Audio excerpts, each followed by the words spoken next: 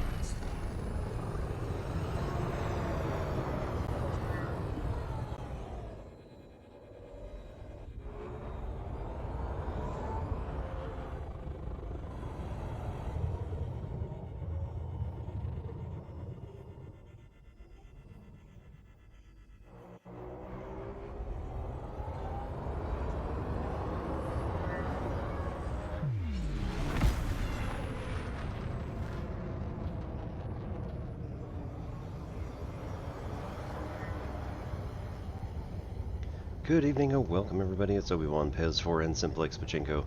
We are in the middle of flying out to a restricted system, so we can't actually get there, but I thought it'd be kind of funny to at least hop out here and get as close as we could. This appears to be about as close as we're going to get, so 76.1 light seconds, well within the boundary of the actual system. However, the bar came up with a big item or info item at the corner that said this system has been blocked off. So we came from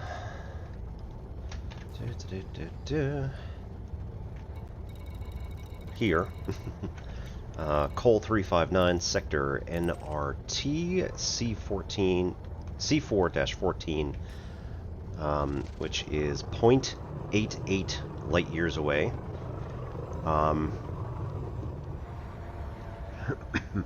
I let this fly for 4 hours this evening while I was just around doing stuff. So basically around when dinner started, or around when dinner was ready, I just started up Elite and then walked away, letting it fly out here. So like I said, took on the order of 4 hours to get here. Total probably about 6, because I also flew a couple hours last night. Just again letting it go. Got up to about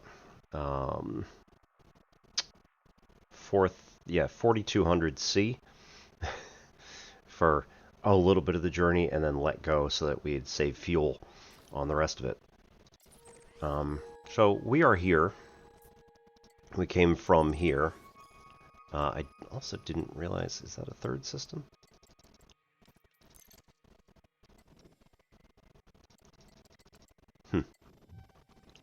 Might be a binary. Yeah, well, it's a binary.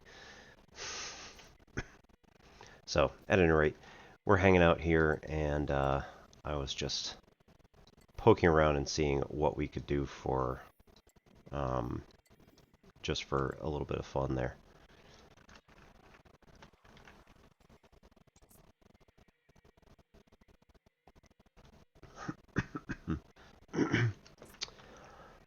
We also poked around in, oops.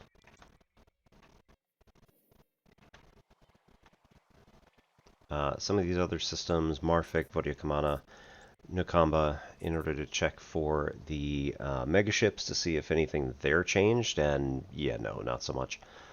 So I think I'm missing the point on what the...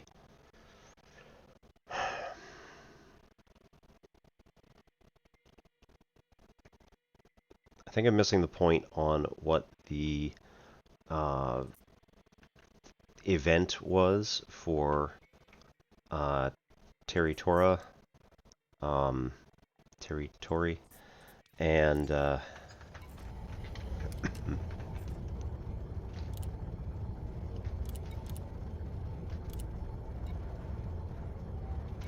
yeah, anyway.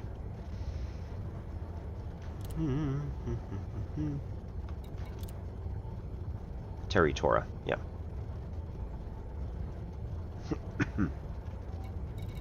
The current event was to bring as much cobalt and or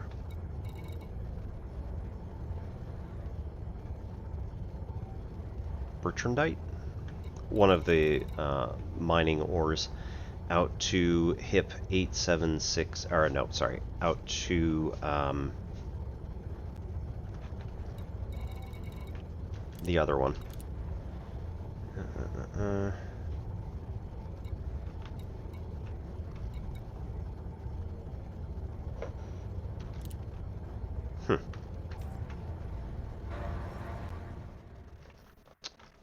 Anyway, we have standing orders to... Really? Okay, there we go. HIP 90578, which is the system where a bunch of the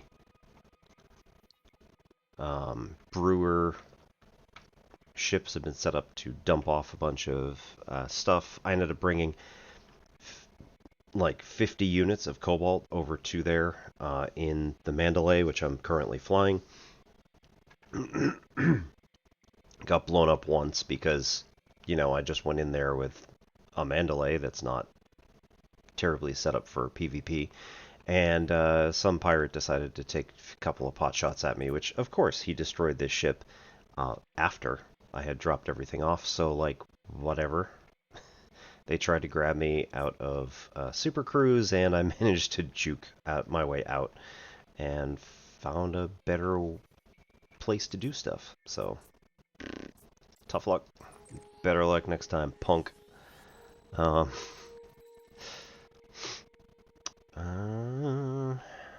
Renegade Ranged is currently in Tasher Sector AGO A6007 Commander. Thanks for the support.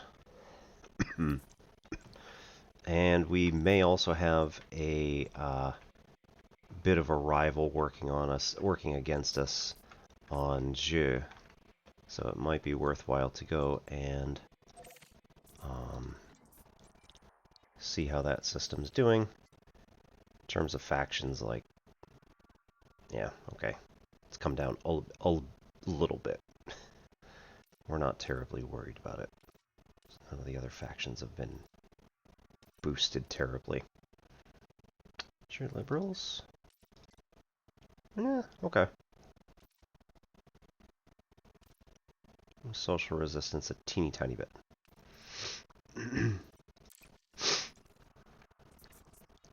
So it may be worthwhile to take a couple of missions in there and do some other stuff. But for tonight, we're going to...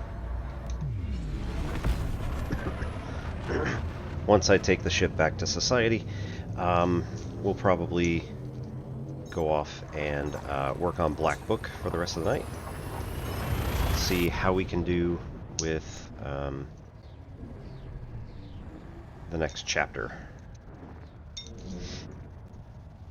So, how y'all doing tonight? Hope you're having a good Tuesday.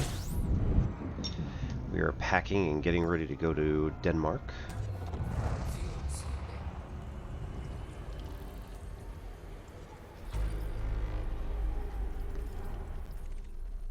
We've been told multiple times that the people are lovely. Just, you know, stay off the bike paths.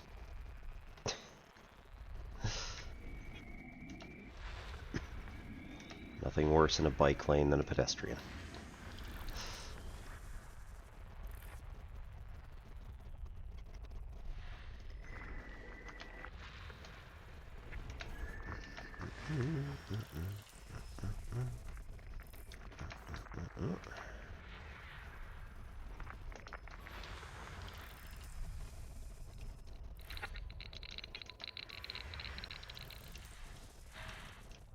There we go.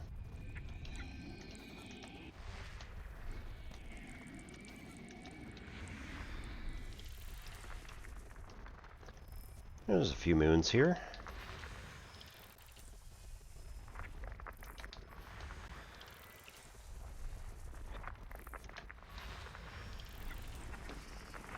I also need to let the cover off of my tea, because otherwise it'll never get cool.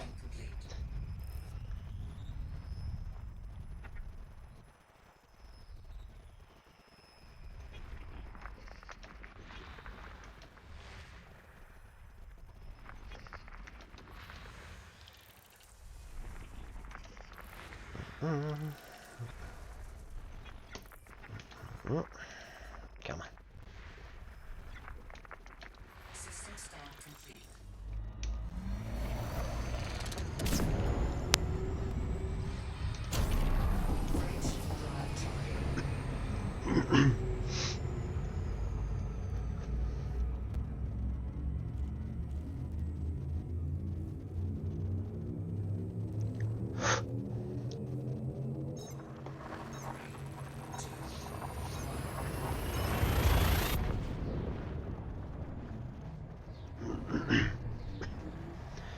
Tonight's tea is our red Assam from Waitrose & Co. I could do better, but nonetheless. Felt like the red one tonight.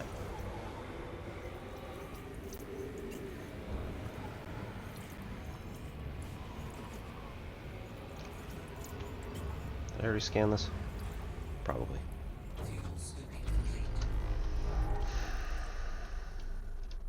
Either way, hasn't been completed.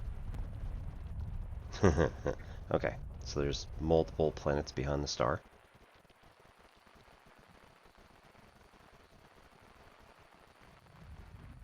Okay.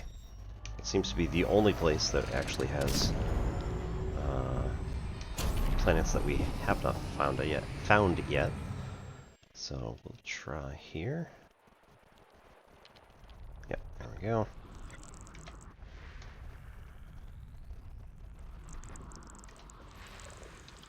Waterworld. Nice. Terrible movie. With apologies to Kevin Costner.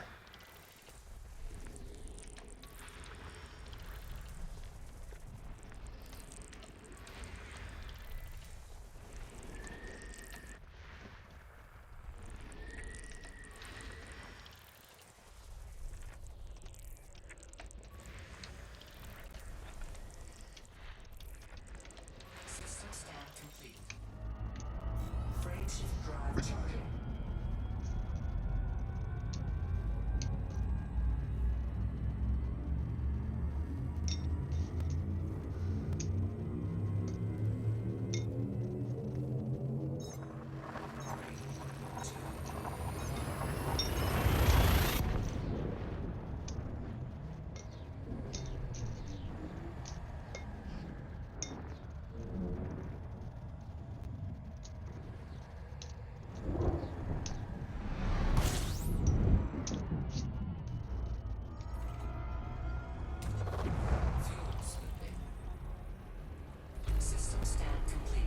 Alrighty.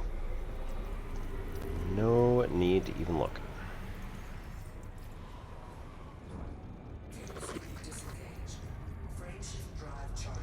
Okay, next is an F-class star, so we can also scoop there. No worries.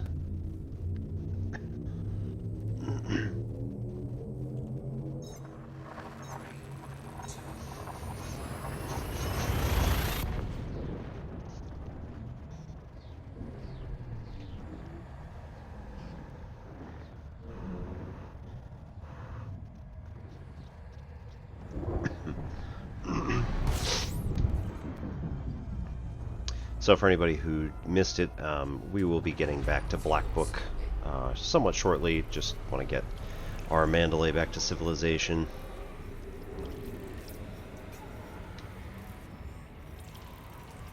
And we should be about 4 to 6 jumps away now.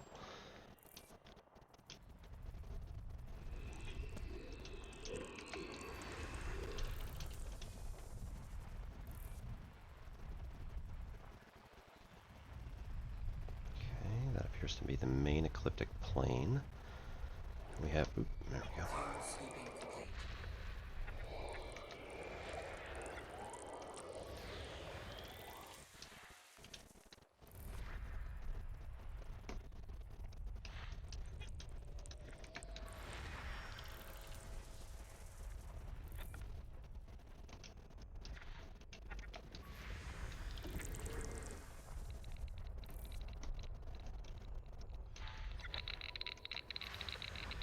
Alright, that gets all of the belts figured out automatically for us. Very nice.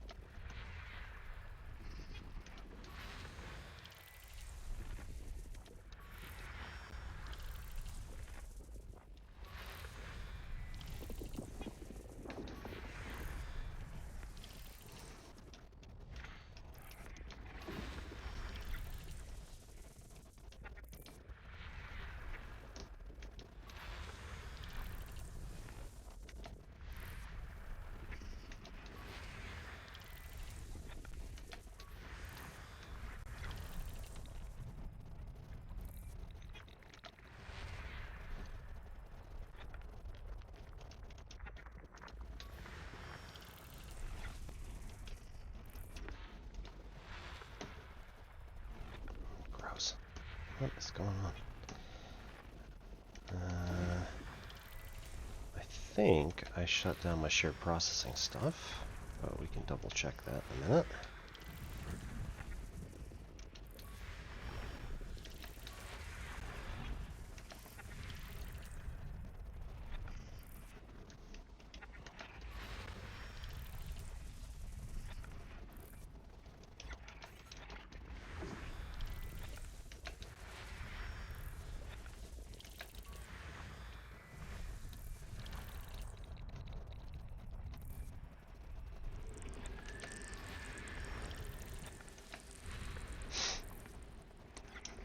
Alright then.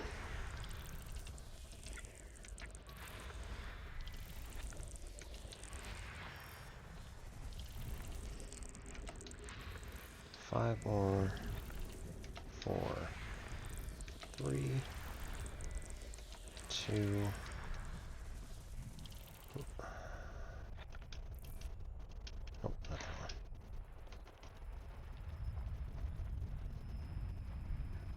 Secondary ecliptic plane here.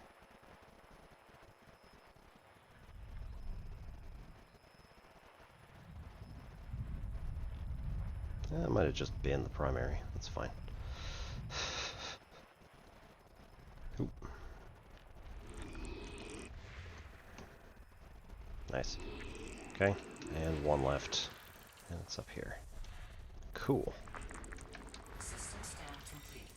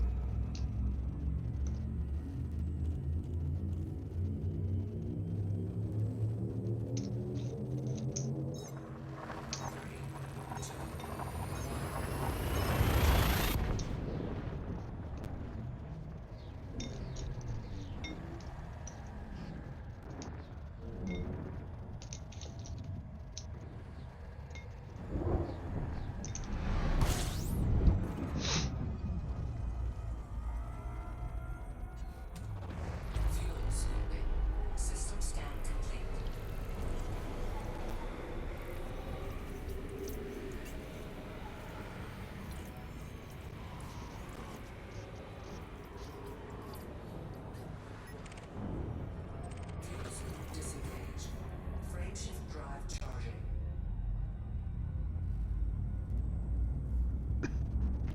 Close are we?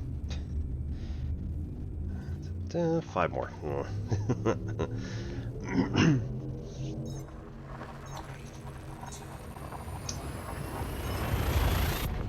I was like, surely it can't be 6, but I'll say 4 to 6.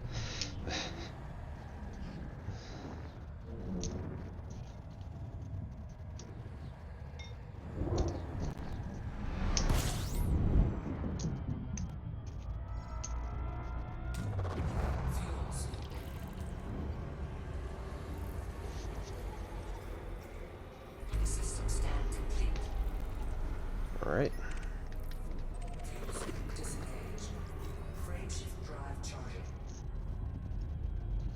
That was a nice quick one. Don't have to stop and do the full spectrum scanner.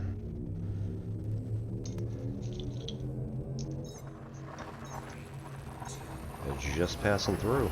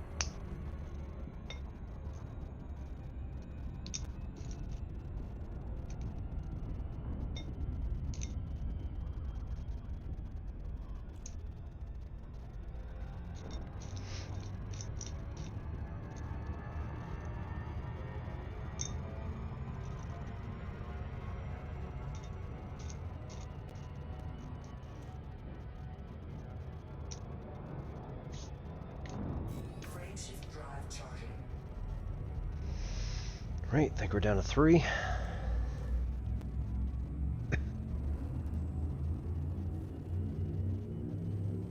LHS 1047 is, I think, at least somewhere I've been. So there's likely not going to be...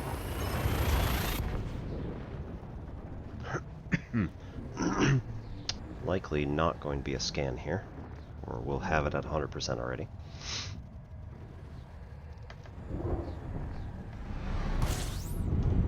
Oh, okay, never mind.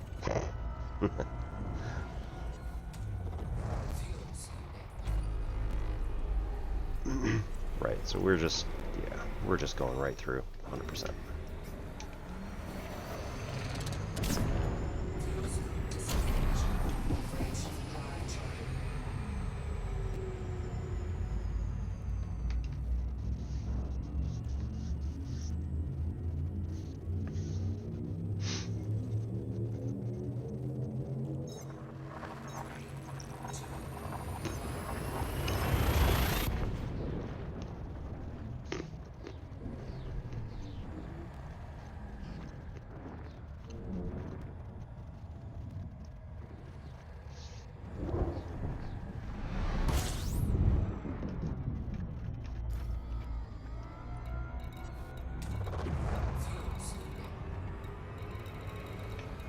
Alright, let's go to Lister.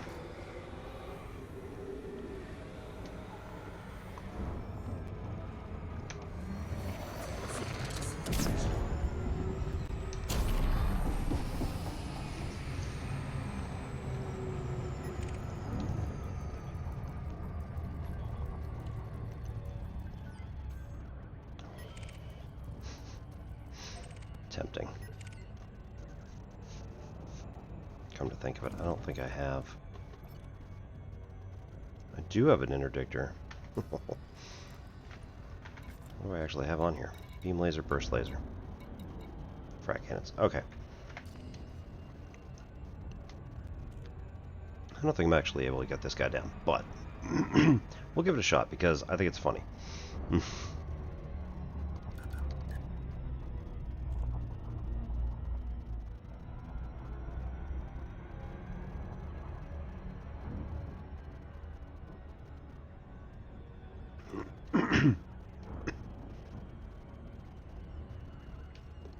The fact that he's competent does mean that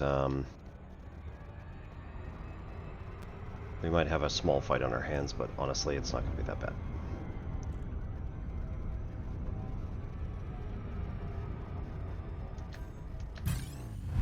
Hey.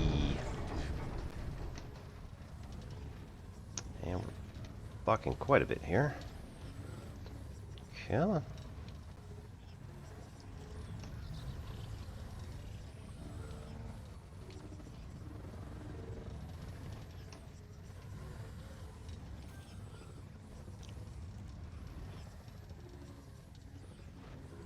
Python 2 is much more stable with this.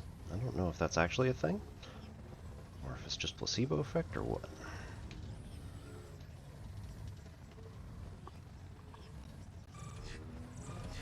Oh, yeah, that's better. What else is new?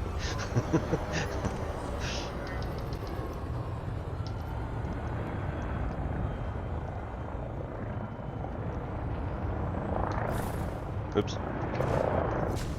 Right. I need night vision.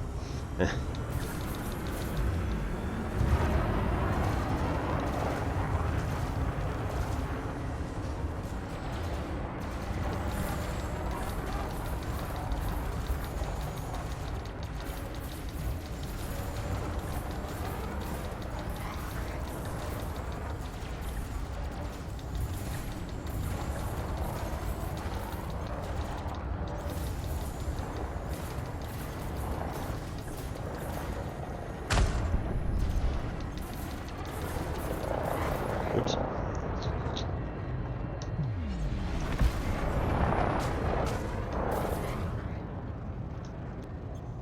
Shoot.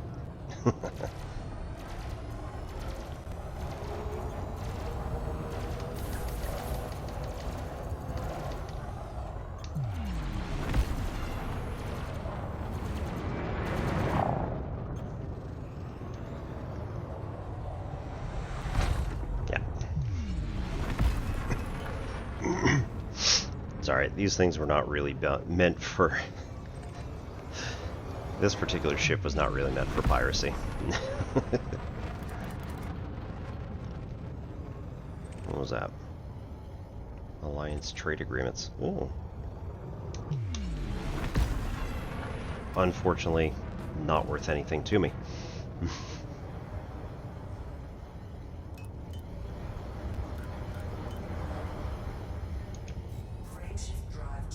feel like this should be worth something. Like, if you turn them in, you get bonuses for small amounts of merits.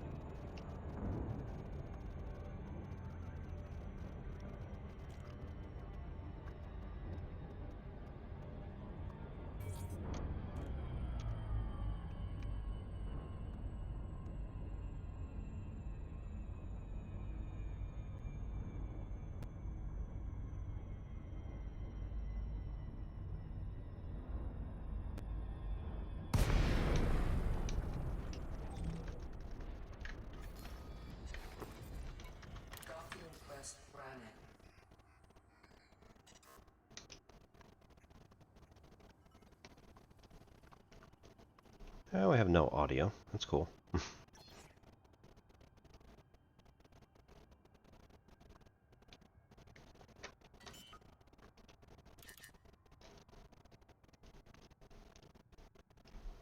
Landing gear deployed.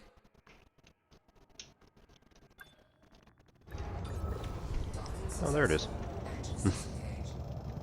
Welcome back. There's our UI.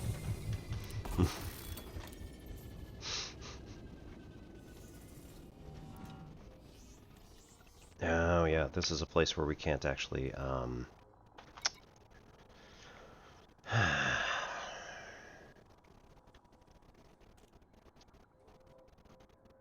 can't repair. At least I think.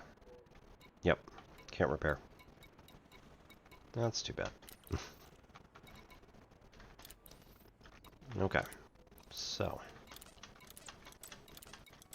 nothing.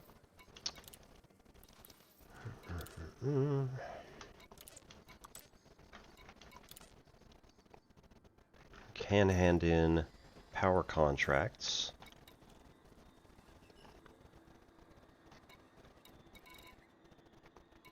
Which is nowhere in particular. Alright. We can go get some rare goods. We are playing Black Book tonight, I swear.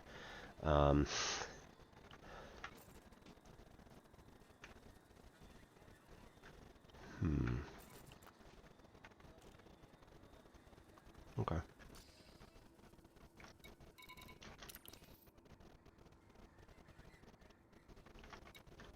And no combat bonds. Nah. Yep. And quick missions. Anything that's especially support. Nice.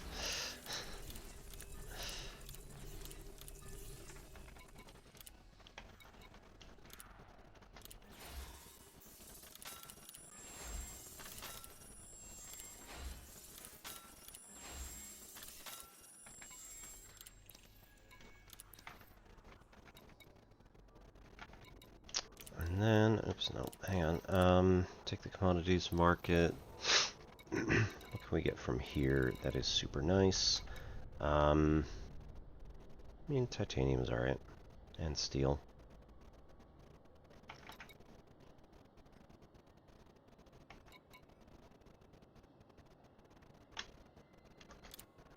Sure. We'll take an extra 56 tons because that's definitely gonna do much. And then We're gonna go and head back to the carrier.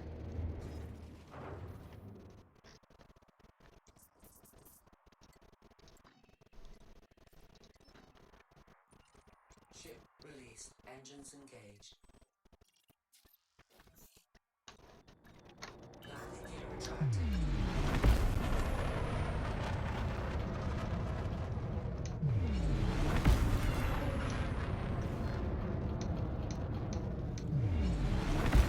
Frameshift drive charging.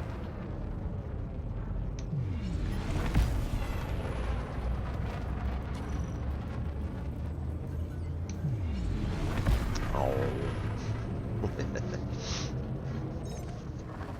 A Type 7 from Yuri Grom. I could probably take that one out.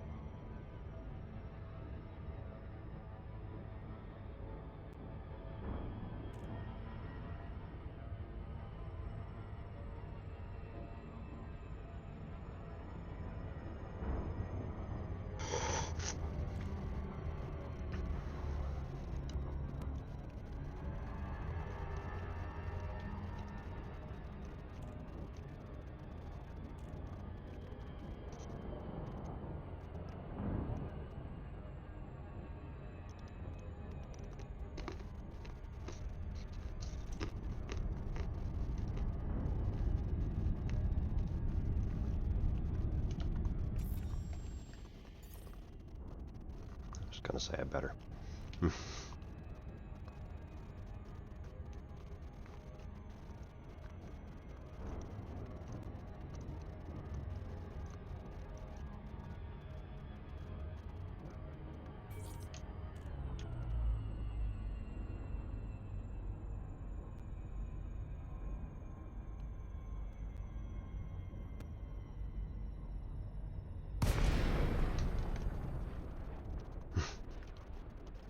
Audio.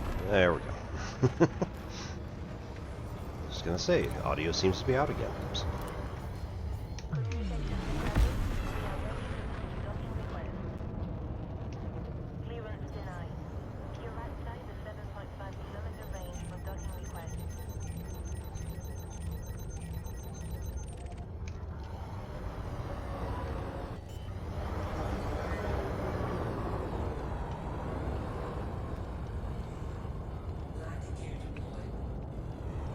Getting real skippy.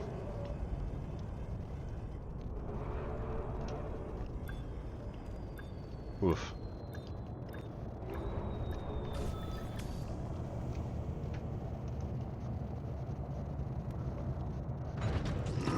Contact confirmed. Commence shutdown. Welcome, Commander.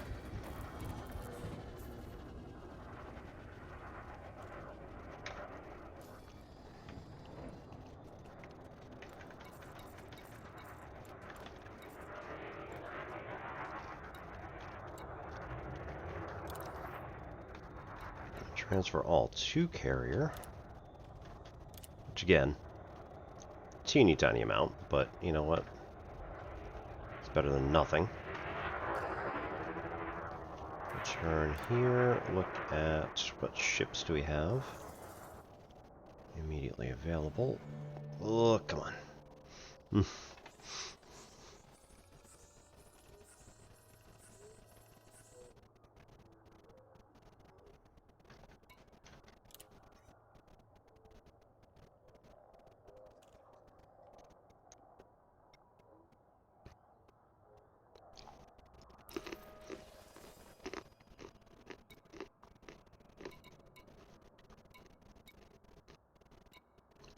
Hey.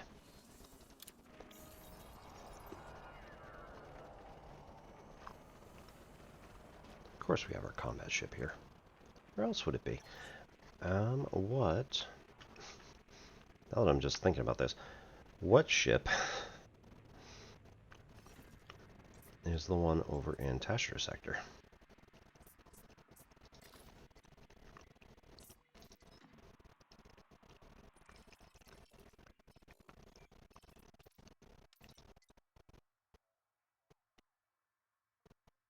War State? Interesting.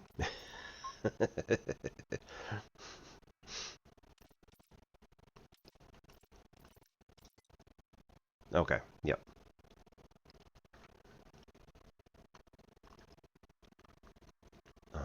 Let me then just double check where. You know what? That's not it. We want to go over to here.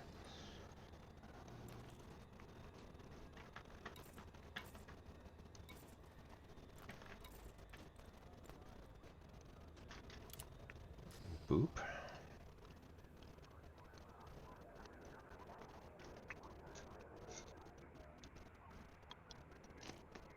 We would like to specifically look at where we have a war going on.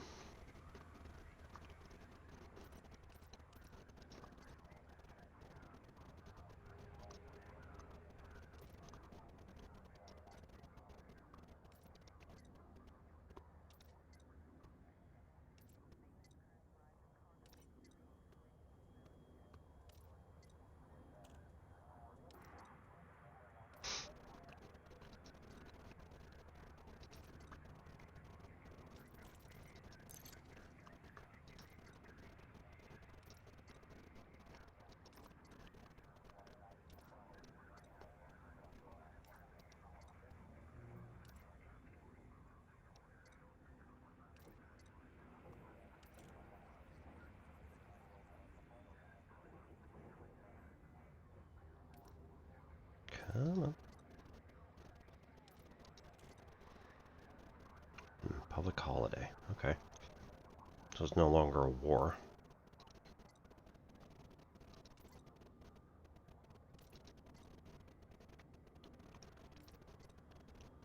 I think public holiday also boosts the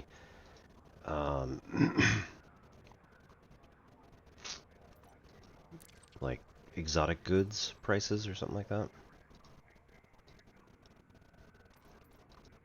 Okay. We don't appear to be in a war imminently with anybody in any of the systems that we care about. Security is currently bordering on civil unrest.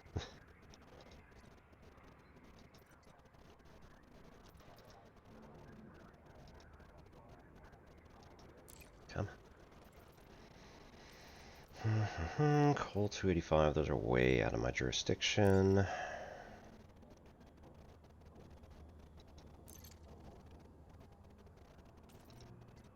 XK88-1.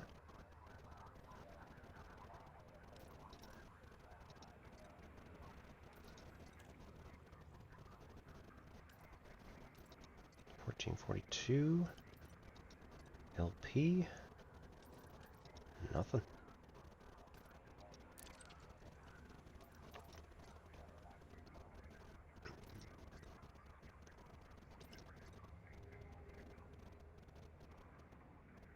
Yeah, we keep trying to push that lower, but it just doesn't want to go.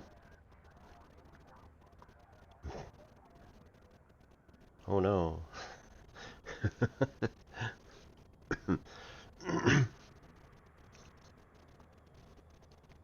The Dark Wheel won the election against us in WISE 03595401. I believe that is where the individual who's been working against Boop and made it his like life's mission to destroy everything Commander Psyche has ever done is trying to work out of, which like okay, I don't really care. You guys can push us out of WISE because we don't want that system.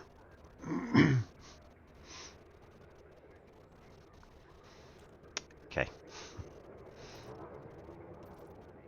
ZKO A61. Yeah. Nothing really going on there.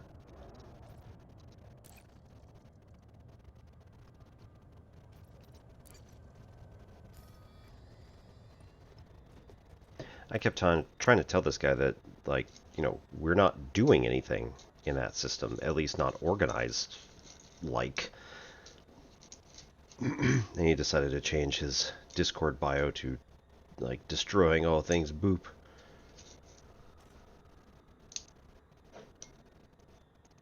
They did this thing for months. I was like, this is the first I've heard of it.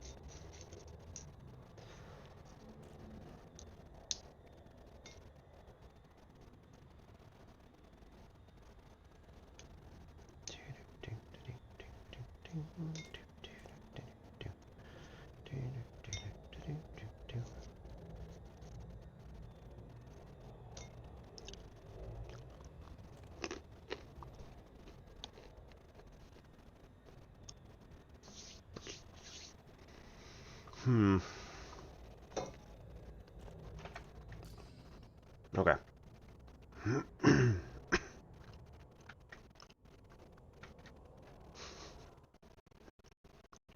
So, we will now switch over to Black Book and figure out if we have, in fact, left the... Yeah, we did. 9 CPUs getting eaten up by this process. It's fine. That will probably be an instantaneous improvement. Hey, alright. Black Book.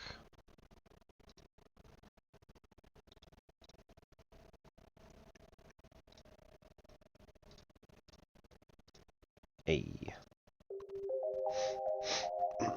Awesome.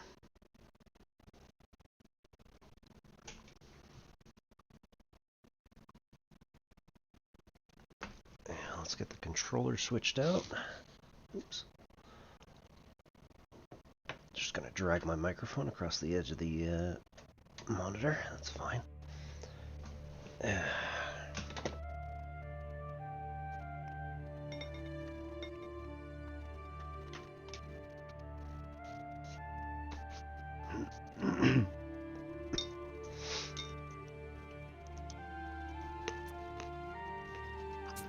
All right, continue.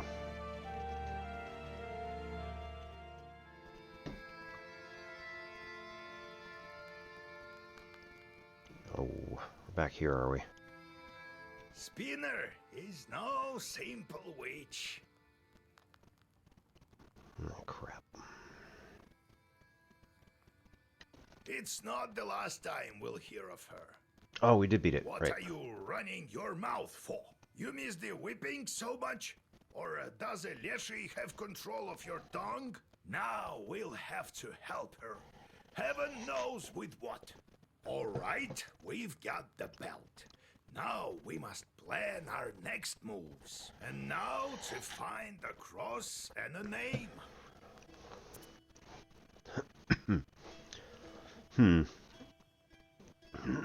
First, I would like to get a name for the girl. Well, go to Vilgurt. I You'll find the priest. thought I there. just hit... Kolya, you should go too. Okay. Alright, Vilgot. A large village in Cherdin district, where you were born and raised by old Igor. Right.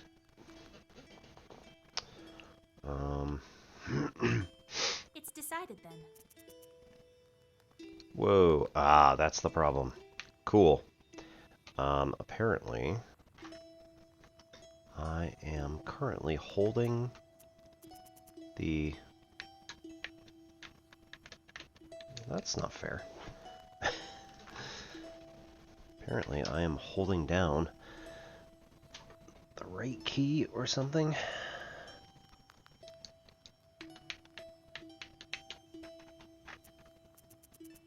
What the hell?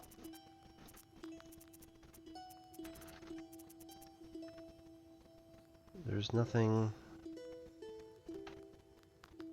Alright, this is wild. We may have to...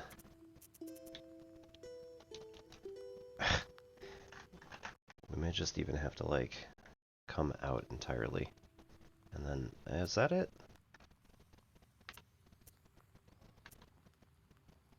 Okay. We just needed to play with the controls a little bit, apparently. Don't know exactly what that was all about, but sure, why not?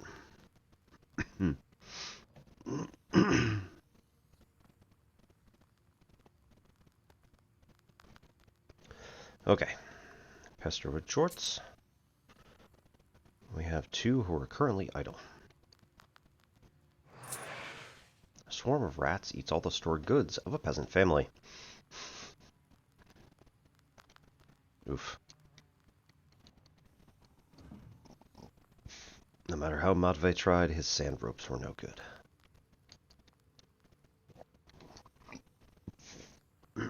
Okay, here we go. Count the needles of all the pines.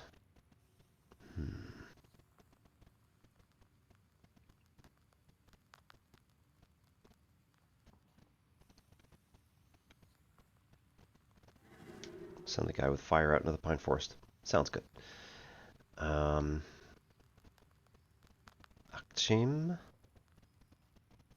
Send rats. Right. Goats. Slender and innocent girl. Get rid of all the Susedko spirits. Oh, wait, hang on. Recall. Curses.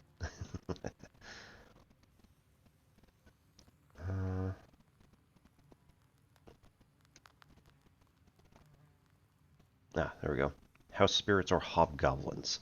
Lives under the hearth or in the Golbet's cellar.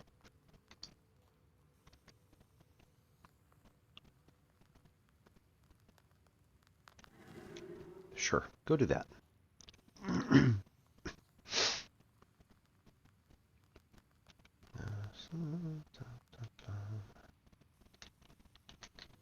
Cool. We've got items. We have the belt. And we have the deck of cards, which will increase well-versed effect of black pages for 1 turn.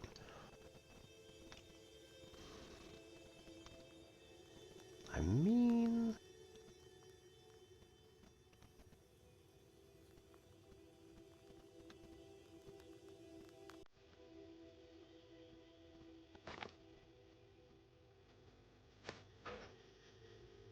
Hey, Ben!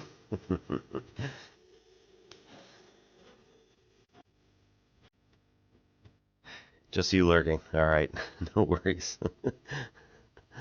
I'm so glad I called attention to it.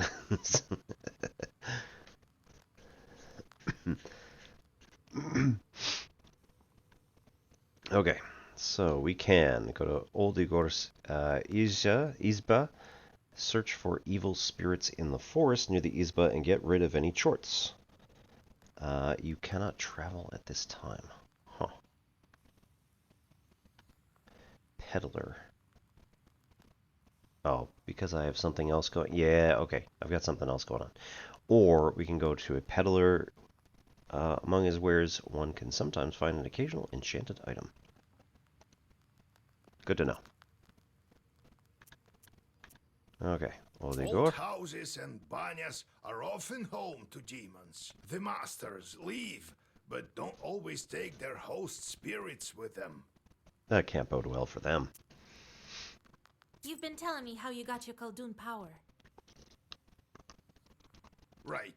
Where were we? So, I became a shepherd boy. He taught me this and that at first at Prokopy. That one time, the cattle had wandered all over the place, and my chief turned up drunk. Drank a whole bottle of vodka. He couldn't move a muscle. Well, what other choice did I have? I went to collect them by myself. Managed to get almost all of them as midnight drew near. Had to pass Mikhail's crossroads on the way back. You know how that place is. So, there I am, with the cattle tagging along. The moment I stepped onto the crossroads, everything turned upside down. Useful. Winds out of nowhere, and what you know, swarms of shorts. Figured I'd quickly draw a circle around me, and so I did. And these shorts were just swarming on the edge of the circle, all sorts, you name it. Well, I think that's it. Everything turned out all right, as you see. Next time I'll tell you how I got out of it. You dirty cheat. Obdricha. What sort of spirits are those Bonics? Masters of the bathhouse, like Susietko in an izba. I don't think it was an ordinary place, the Banya, before the worship of God. What do you mean, before God? I mean that our ancestors used to be worshipped the spirits of the hearth. Some Perm people still call upon Yan or Voipil. God demiurge in Komi-Permian mythology. God in Komi-Permian mythology, the name Voipel is translated as North Wind.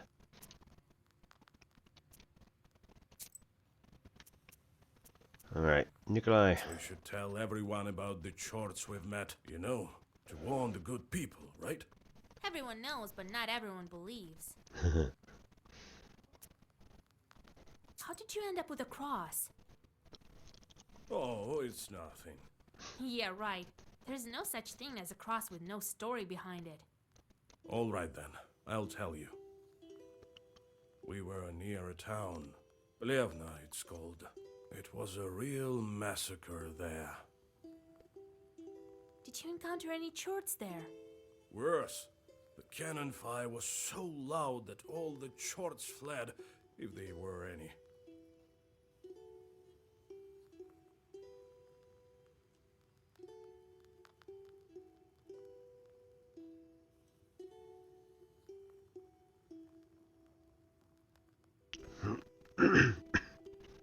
This was the Siege of Plevna during the Russo-Turkish War 1877 to 1878. So, we're not long after that, but It seems they all fled here, to the north. he seems pretty happy to still keep his uniform. So, there was this redoute ahead of us. Couldn't take it. Redoute? Well, it's a kind of a fortress. No one could get any closer. And what about you, being such a gallant lad? Hey, no jokes. Listen, I think God helped me. I went from the side and then found some barrels full of gunpowder and lit them. They blew up, started a fire. There was a lot more ammunition there. A lot of our enemies burned that day. I can still hear their screams. I suppose I will to the end of my days. I nearly died there myself. Since then, when I see a fire, I remember that redoute and those screams. It's unfortunately one of those things that never quite leaves you. All sorts of really strong traumas. I fished the cross from the river of blood, Vaisa. Are you happy now? Do you understand about the fire now?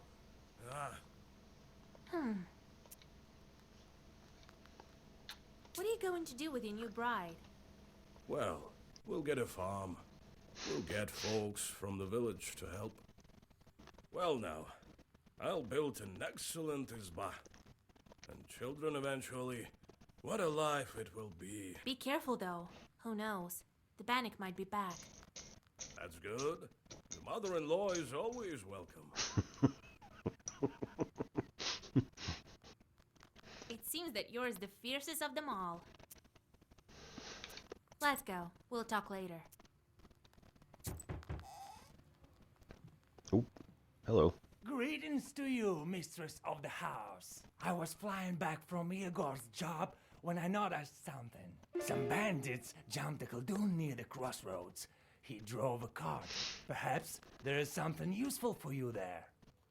Maybe.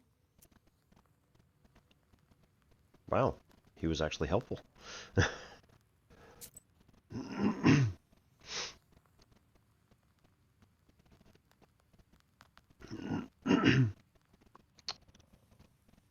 Yep, there we go. Broken cart. Extra.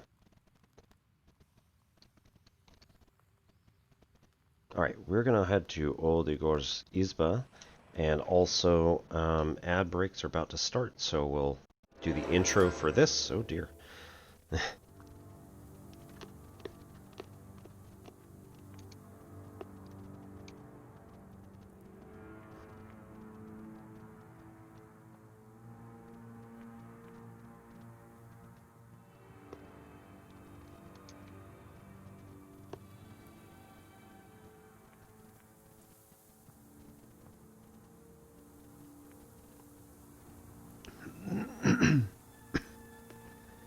Okay.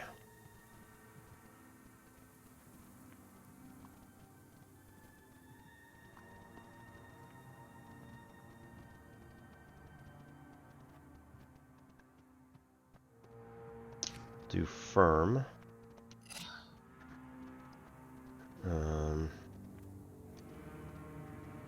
Parapolo.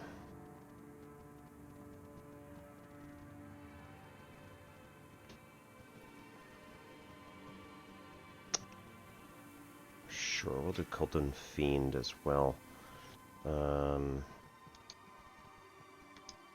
Yeah, that one.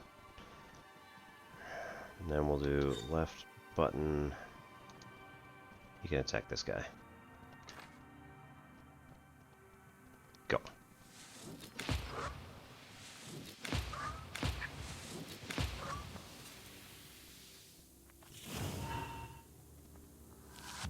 All right. Good. That's all my shields. Vasarisa. We have firm, well versed. Does no? Oh no. That was not good. That was very not good.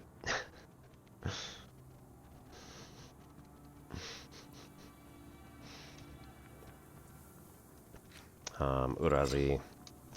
Urazi, the other one. And Raba.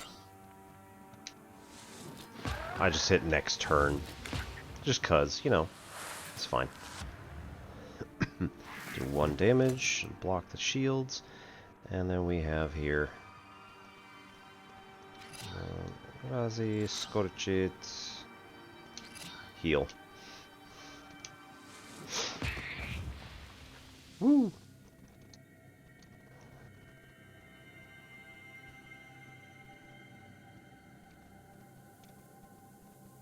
Alright, and we'll take George the Father. Okay.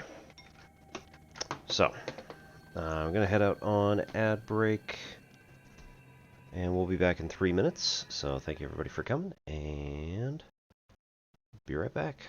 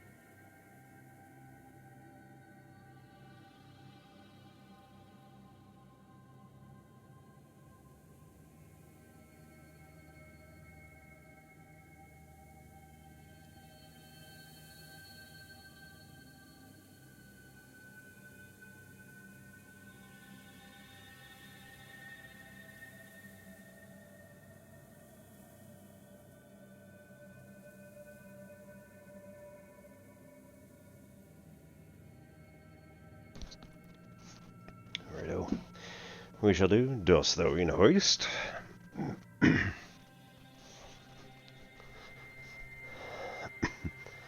So, get our 20-pound weights, just do some regular arm curls, and then a couple of other little exercises just to keep going. Stay strong, all that good stuff. So how's everybody doing? Hope you're all having a lovely Tuesday. I completely forgot what day it was. I was like, oh, it's Thursday, so I don't have to stream today. Which, I mean, I don't have to stream anytime I don't want to. But nonetheless. And then I was like, wait, no. I told people that I would be on today, specifically to finish this up and or something else. Well, okay. I don't know if I can even finish this game remotely in the next 20 hours. I don't really know anything about it.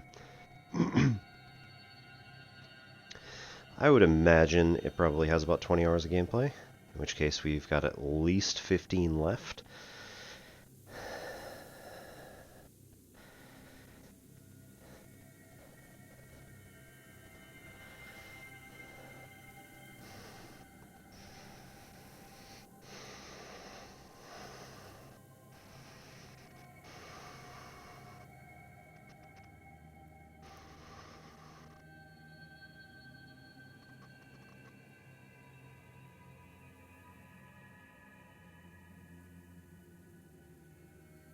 That's probably good enough for that one.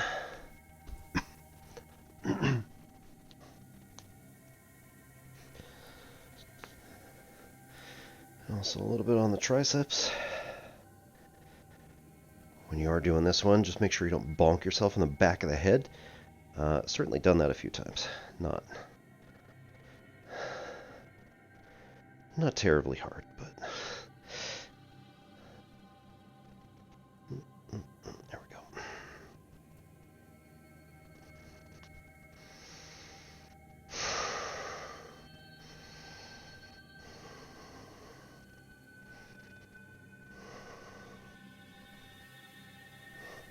Yeah. Righto.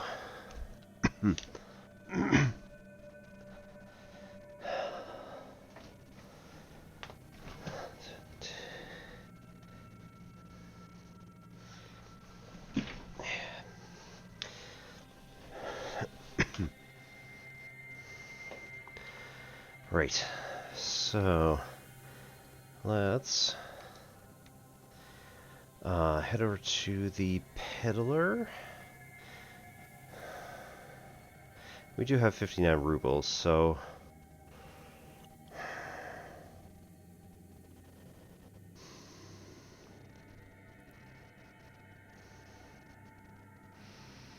let's check the Rusalka backwaters first. You can kind of backtrack on this You stuff. stumble upon a strange clearing. The trees are fallen, as if hit by a hurricane. Or perhaps the master of the forest walked this path. What's strange is that in the middle of the clearing, a single tree stands undamaged. Huh. You come closer and realize that the tree was saved by the prikrish herb that grows among its roots. You bow to the plant and cut it down. You take the herb and get ready to go on your way.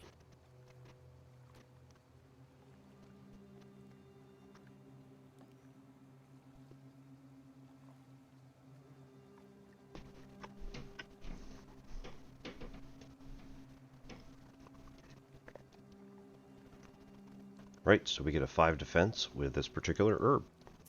Very nice.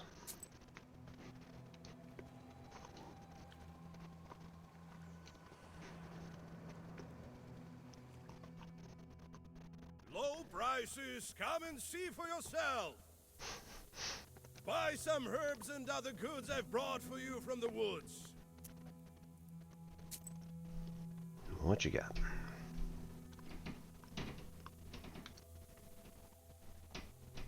Laurel. Enemy attacks -1. Pretty awesome.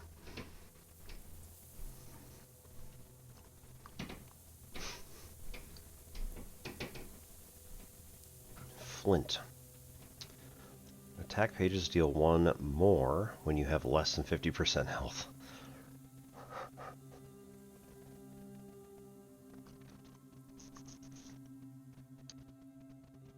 Magic herb wreath.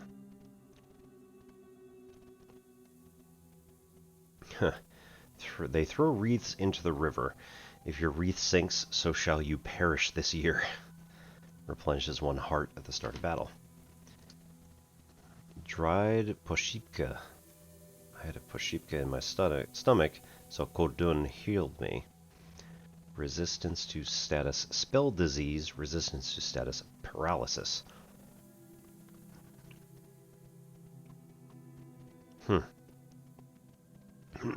That's an interesting one.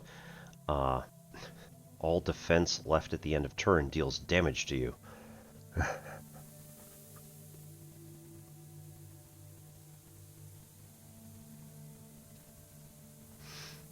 Paralysis cannot use herbs for 1 turn. Other stuff is fine. Prayer book. Increase bless on turn start by 1. German chalk. They definitely know how to draw good witching circles. No wonder their chalk is so good. Increases defense for 1 at the beginning of each round. So I'm getting near the end of this book, Katabasis, by R.F. Kuang, and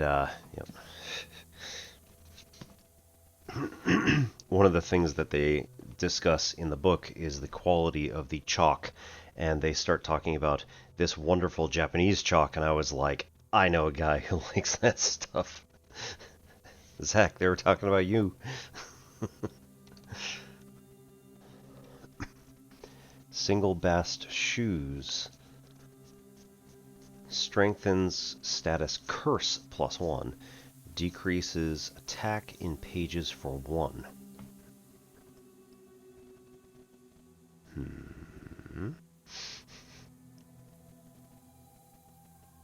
Strengthens status curse +2.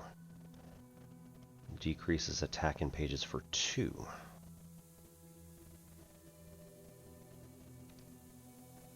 I mean, it must be what you're doing to demons rather than what they're doing to you, because that would be silly.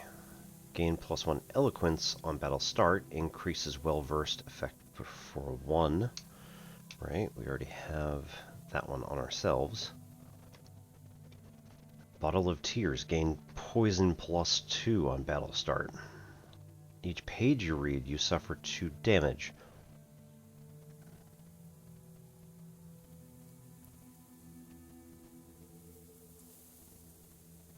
What? It's a good thing?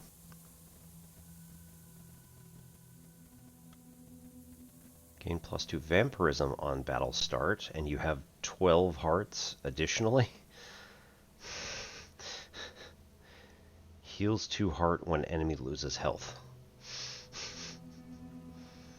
Chance 10% that status is inflicted by Vasiliza that lasts an extra round.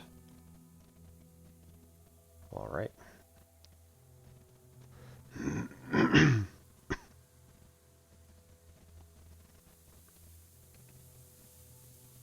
Solidaric.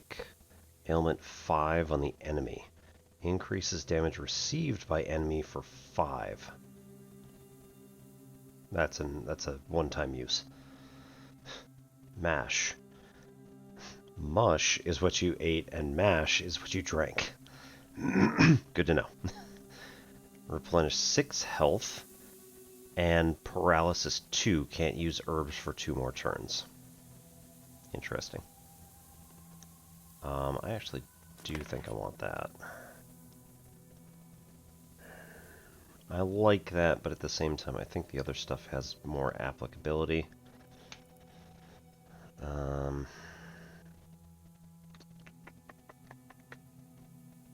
that's right. There are no other things here. Buy an amulet and a trinket. Buy a potion and drink it. Catchy phrase. You'll as healthy as a boar. Demons fleeing from your roar.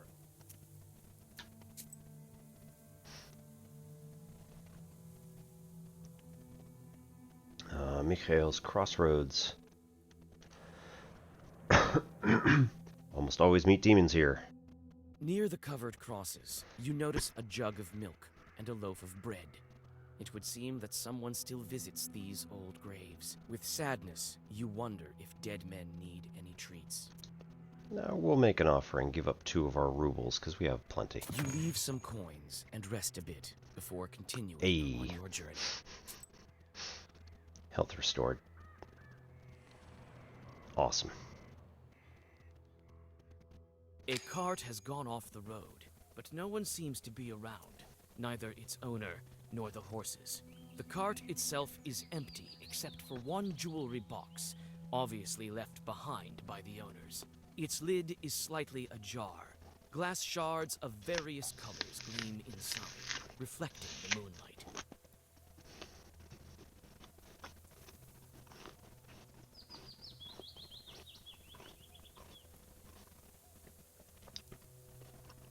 Yeah, we'll take the box. You carefully pick the item up and get ready to go on your way.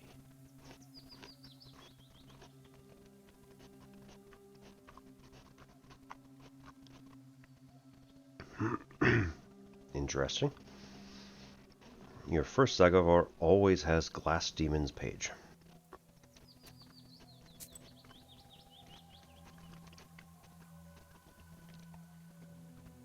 That might be a curse, so I might have to use that. Bank of the Kolva.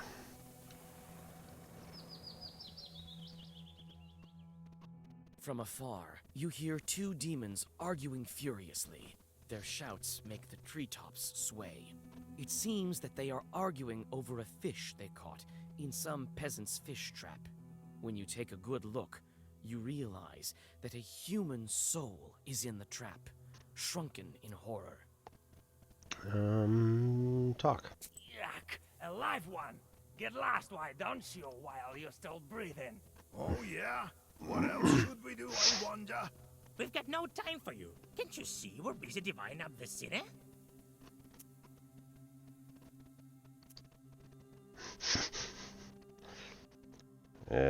Outsmart. It's likely to take you until the end of days, arguing like that. You're lucky I'm a witch. I can help you. You can? I know how to settle devilish arguments. You bet. Those who solve my task first will get the sinner. What sort of a task? All churches like tasks. There are no exceptions, it seems.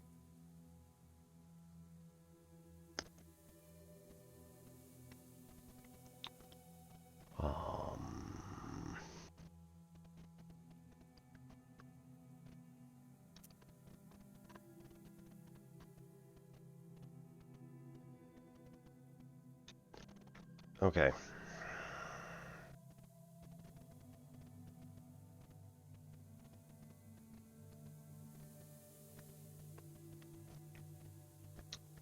So, is Perm just another town that we have visited? In which case, I don't like that possibility.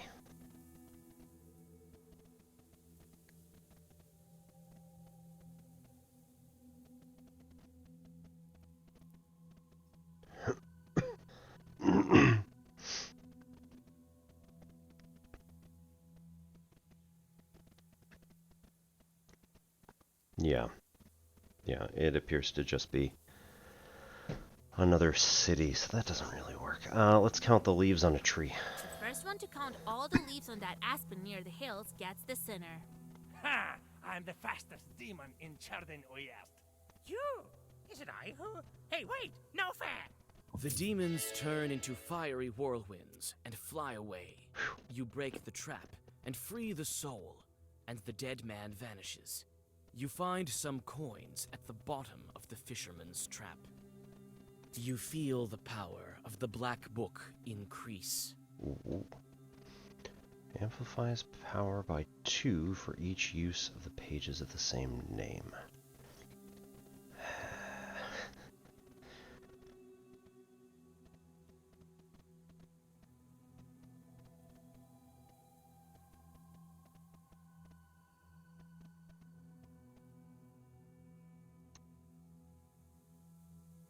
agree, yeah, I think it's about that time.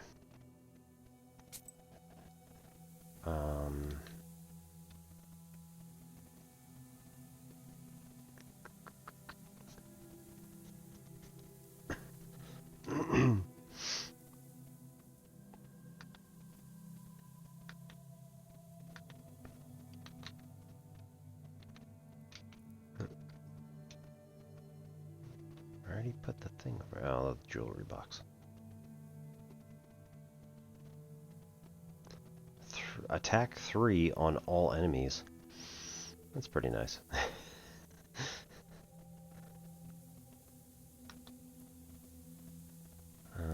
What have you done, you rascal? Each Koldun has his chorts. For a long time we suspected our Uncle Kodian to be a knower, but we hadn't seen his chorts.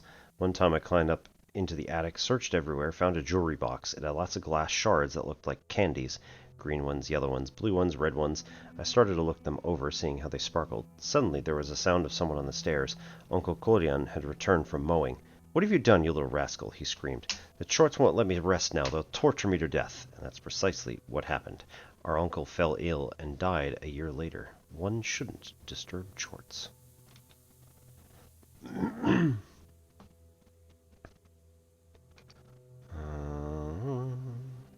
Think maybe we've read this.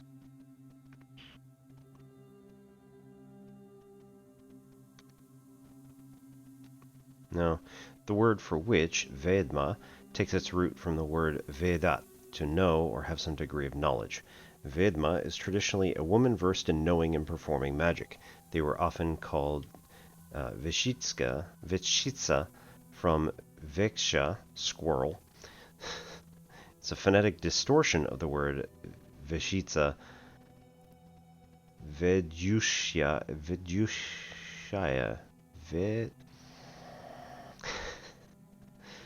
Vedajushaya, one who knows.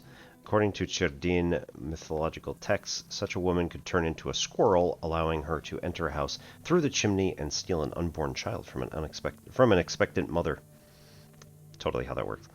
According to the same text, witches often gathered atop a mountain to celebrate by roasting children over a fire.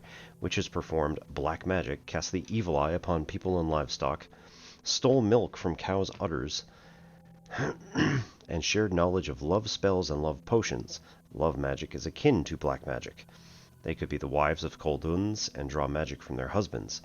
In Sherdunutsyezd, they were believed to appear as regular women who were seldom depicted as the ugly hags that featured prominently in Europe. As knowers, they were able to communicate with Jorts. Double belief. Even after the adoption of Russian Christianity, some aspects of paganism remained. To a certain extent, there was an exchange of supreme pagan deities for Christian ones, with the inferior ones becoming evil spirits. This concept is best characterized by the notion of double belief, an everyday mingling of one's religious beliefs with the worldview that includes elements of two different religions. Double belief is sort of a doublethink, incertitude, or tenuous indecisiveness about both religions. People believe in both Christian dogmas and esoteric teachings. Russians observe the holidays of Maslenitsa and Ivan Kupala, both of which have pagan origins. We're at level 4, so we can't do a lot of that stuff. Pages deal 1 extra damage. Koldun's trick to play in Durak. Okay. Active slots increase by 1. Oh, yeah. Items, right. Number of items that can be used per turn. Shop prices reduced by 10. Visiting peasants bring 10 more rubles. Draw an additional order page, key page each turn. Page creation drop by 20%. Choose from 4 pages after battle. Or Chorts bring 5 more rubles on job completion. Send an extra chort on a meaningless job. Chance of your chort completing the job well reduced by 50% or increased by 50%. Let's do another meaningless job, because we don't want to curse too many people.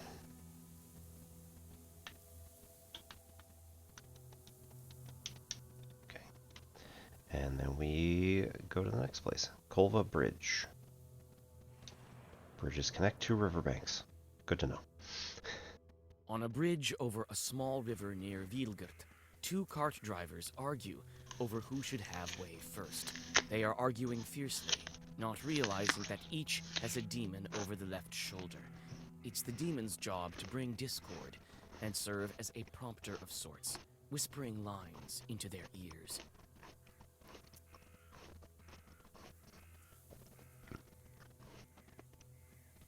Igor, why don't you help? Your mentor laughs into his beard. He used to command these kinds of imps in droves when he was young. Old Yegor offhandedly swats one of the chorts with his staff, and the other one flies away in horror. The peasants, stunned with the Khaldoon's sudden appearance, forget their argument and continue on their ways. Good times. Also gets us an extra 50 experience, which... yeah, pretty good. Gotta get another 800, or just shy of 800 experience.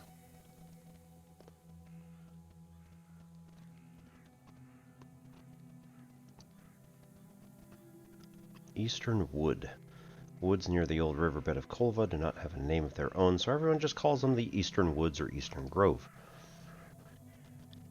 Lobetskoye Lake, Curve Lake on the left bank of the Kolva.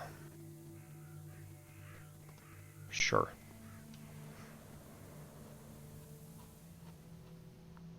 By the icy smooth surface of the lake, you notice a horse, anxiously shaking its mane. A couple of demons are tugging on its bridle, trying to steal it from its master, who is asleep beneath a slope nearby. I mean... I don't think this is causing us any problems. Asking for help all the time from whoever our companion is, because it's... like... well, in this case... Nikolai tends to just attack them, so... but, like, the knowledge that Igor has is, I think, helpful here. The demons turn out to be Yegor's former chorts. Your mentor and the evil spirits exchange pleasantries, and the Khaldoon lets them go with their prey. Interesting. And just take this poor guy's horse. Alright, Eastern Woods.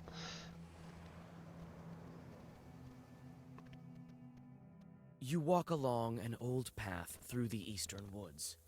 At this hour, the moon shines especially bright. Everything around you glows with a mysterious light. All of a sudden, you hear loud voices and metallic ringing coming from the woods. You can only guess what this late-night commotion is all about. Let's look around. Trying not to make a sound, you go deep into the woods. Finally, the branches part, and you see a curious sight. Some Khaldoons, unknown to you, are trying to agree on the price of a pile of copper samovars. One of them looks deeply upset and constantly knocks on one of the items. It seems he wants to demonstrate its quality. You notice a pair of red eyes peeking out from the samovar. That appears that there is a chort inside of that, which means that the person's going to be cursed with it who buys it. If we buy it, I guess we're probably going to get an extra chort, and then we're going to have to give it an extra job. So let's go for help again from Igor. Old Yegor knows these Eretniks. After haggling for a bit, he returns with some rubles. It turns out that they don't trade kitchenware. Yeah. They trade chorts.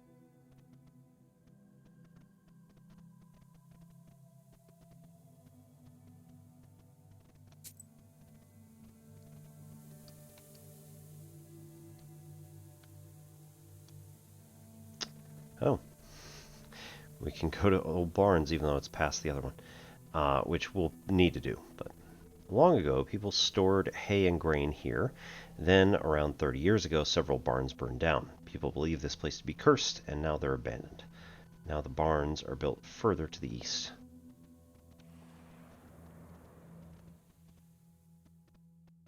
Black silhouettes of the old Avins look like lurking demons. You search one barn after another, but there's nothing of value inside. You sigh and get ready to leave when a chill runs through you. You notice dark, demonic figures in one of the old barns. Greet them. Greetings, Master of the Avine. Let me pass into your domain. Ah, alive one. The peasants left me here. I'm to live here for another 40 years. You can hear me, I gather. That means you're a witch. Come into my barn then and listen to my story. Okay. Are we going to get I trapped? have centuries of wisdom to share. Might be of use to demon knowers like you.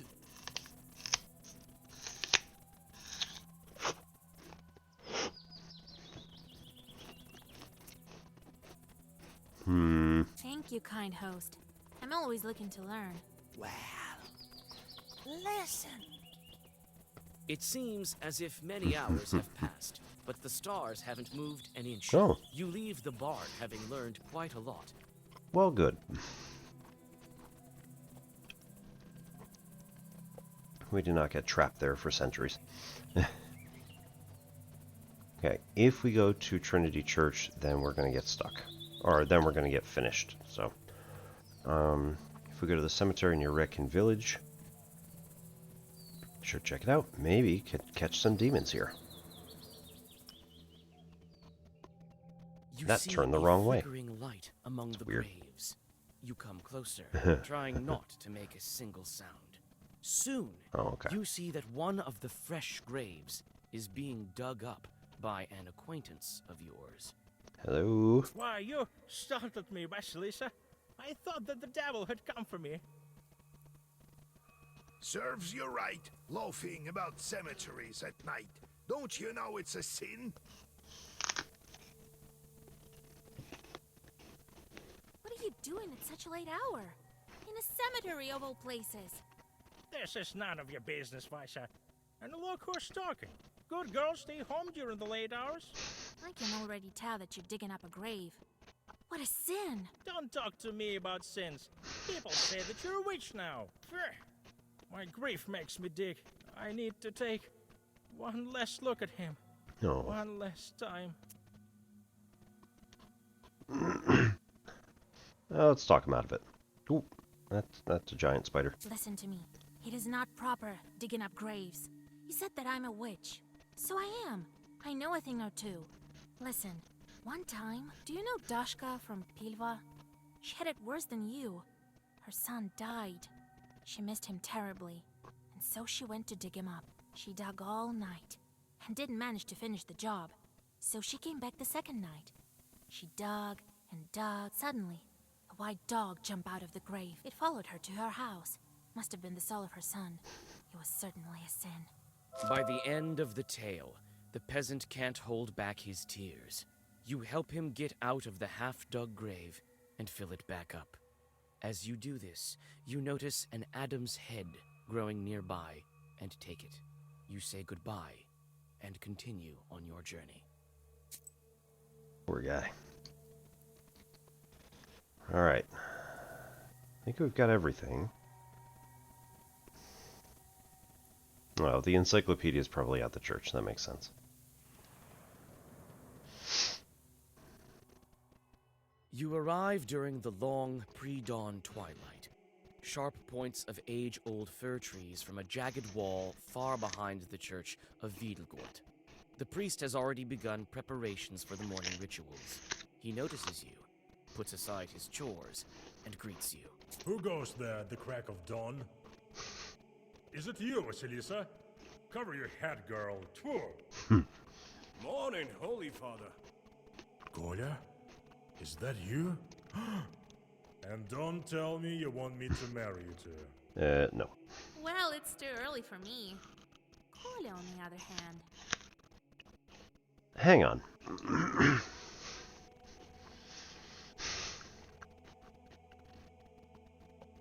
The beginning of the game said that she was trying to resurrect her dead husband. So she was already married off to somebody. Did I get that wrong? Hey, Vasa, don't go deciding these things for me. We came for another reason, actually. Besides, he's already betrothed. We need a name, an orthodox one, from the list of the holy names, from the Sviatse. It can't be. Are you expecting? No, we want to give a name to a demon. This can only go well. You want to what? Father Yefrem sways, walks back to the nearest wall, and sits heavily on a bench. We're trying to turn her back to a human. So you know. Are you sure you don't want to marry? It's all for good. We want to free this girl. You explain your encounter with the Banya bride, and what she needs for her freedom. I've heard about the changelings. Not sure how it works, though. I can't give you a name. The church tricked you both. Nothing good can come of it. Choosing a name from Sviatse turns out to be not such an easy task. How can I make him reconsider?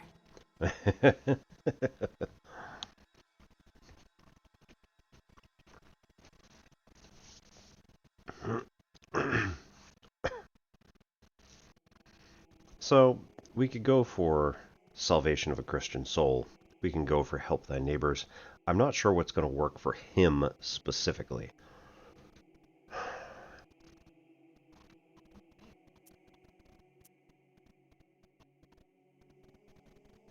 What if it's not a demon, but a Christian soul doomed to suffer? That would be a sin for sure. Truly. They say you are a witch now, Vasa. It will soon be the harvest day of Ivan the Long. We need to disperse the dry winds. Help our village, and I, in turn, will help you with the name. Oh dear. It's a deal. I know a ritual to thwart dry winds. We'll go visit the field. All right. You'll have... Father Yefrem opens a heavy book with a silver cover. Choose. These days we honor the Holy Claudia, Matriona, and Alexandra.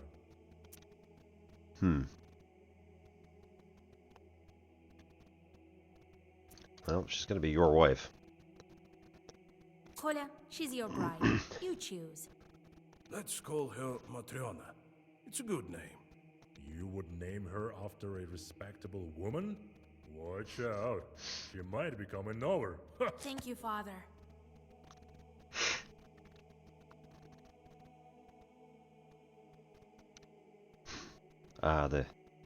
Well, the field is about a mile to the west.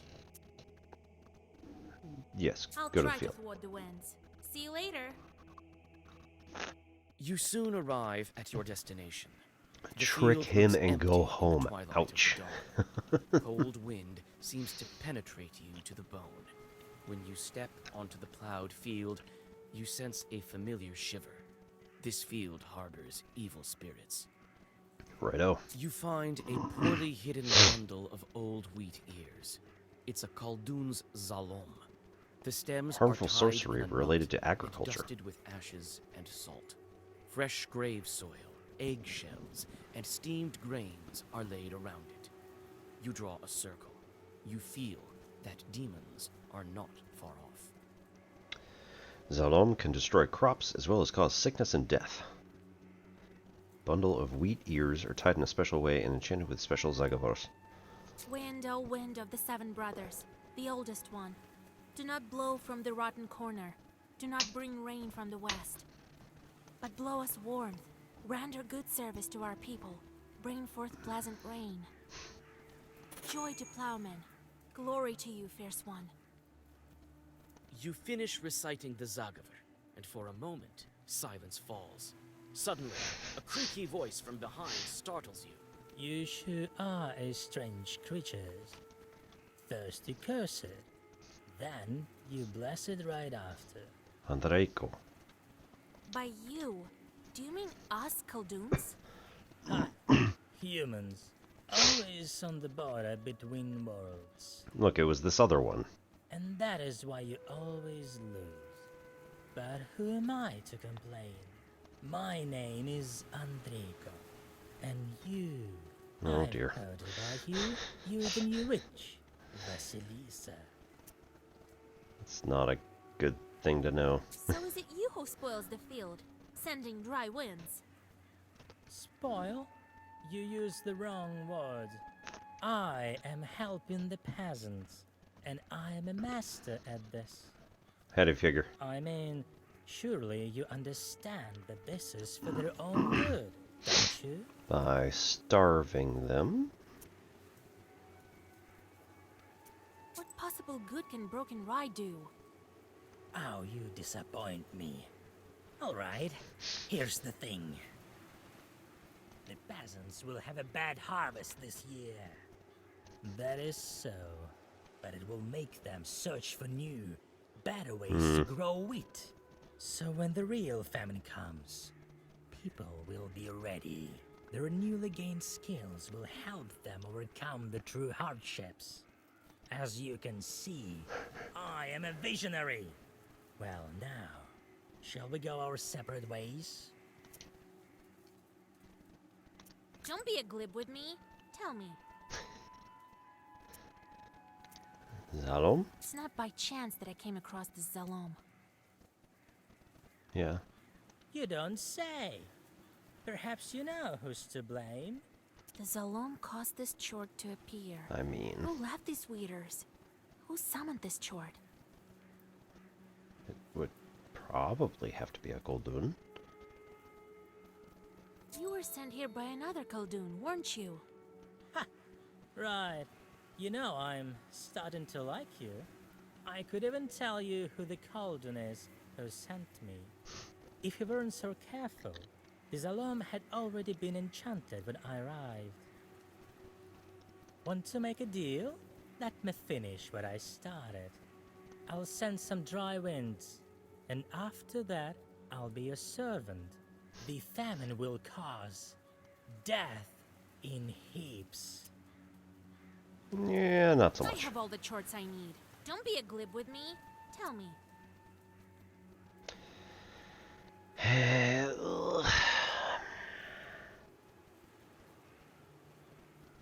I got full health. Enough talking.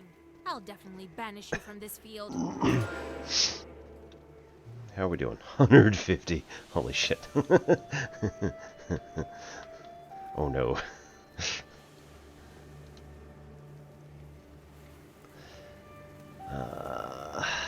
Amplifies by 2 after each use of pages of the same name. So hopefully we can cause this thing to come back again.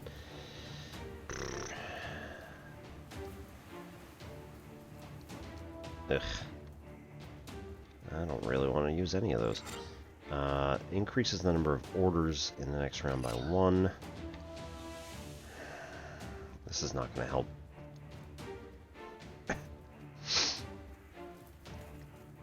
I'm going to need that later. Guard.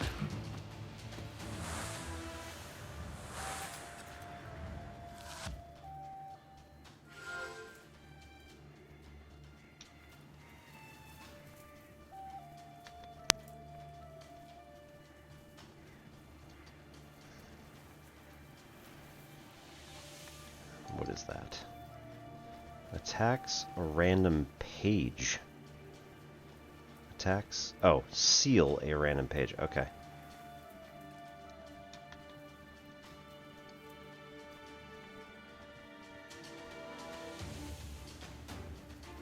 Okay, and the random claw is going to attack me, which is not really a surprise. Okay, let's do... Igor can hit this guy, take out his attack entirely. Seal a random page for 6 turns.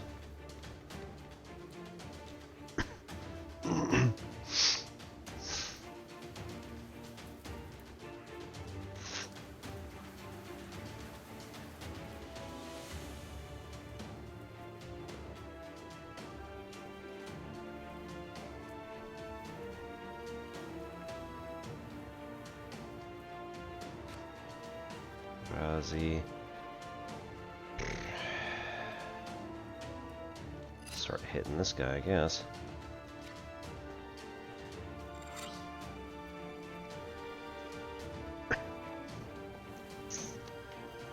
Eh.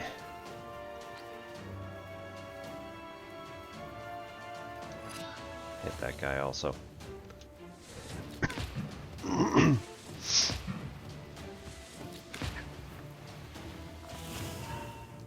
To a minimum of 1. Okay.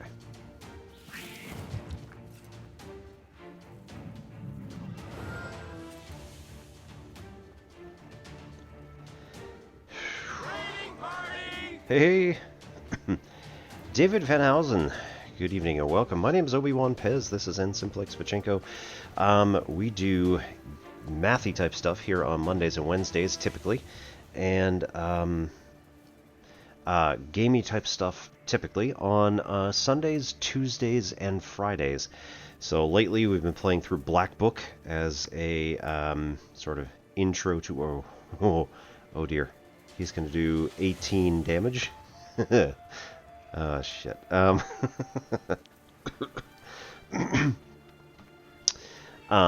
yeah, we're doing Black Book as sort of a, you know, spooky game month game, and we'll see how things go. Let us know what you were up to, and we'll give you a shout out here if I can. Yeah, it's fine. It's fine. Just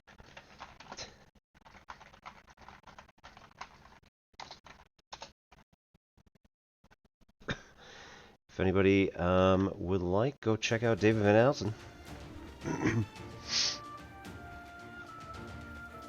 for the Roblox. All right. Let's see. What do we have for herbs?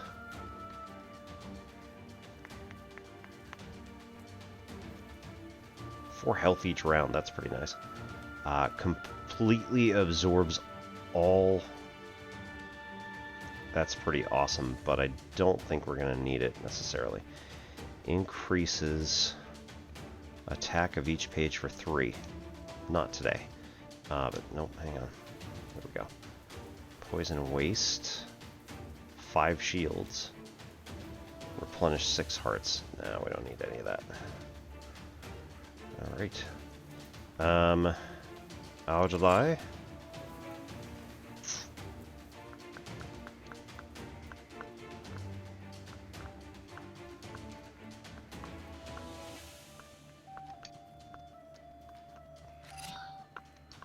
That is going to be 11, 14, 15, yeah. Yeah, no worries. Have a good foodening, and we'll see you sometime later. Alrighty. Here we go.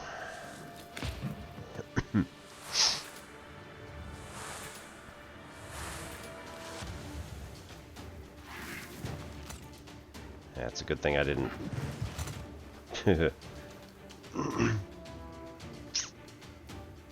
Okay.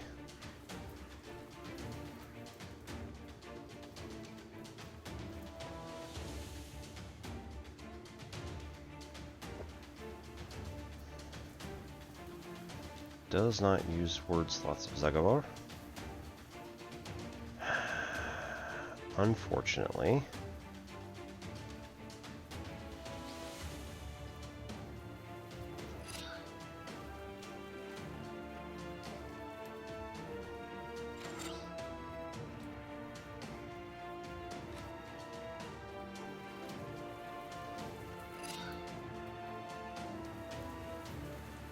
Wait, what? That's a gesture, so it shouldn't use the... Grr. understand. It's all good. Alright, here we go.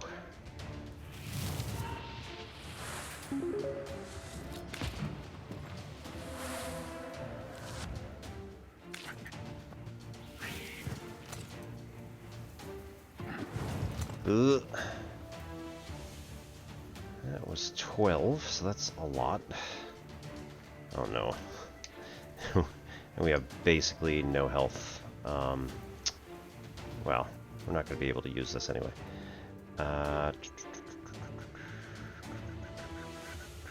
We still have 19 to block. That would put us down to 14, and that would take out our health. We wouldn't be able to make it. That'll put us to 18, and then we can't use herbs for 2 turns. That would be devastating. Absorb all attacks from the next one enemy attack, which is almost certainly going to be from the imp. So that's not going to help at all.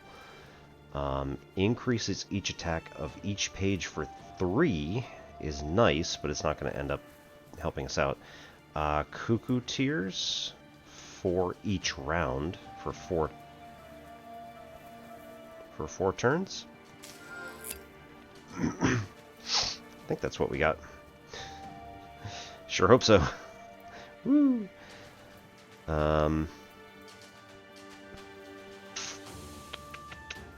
Right.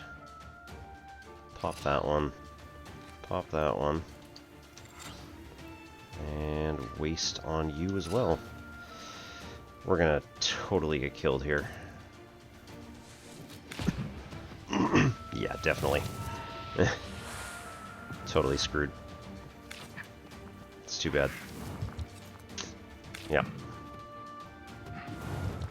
Boo. Try again. Hollow rattle escapes your throat when you try to say a prayer. Your relatives won't have to raise the central beam now.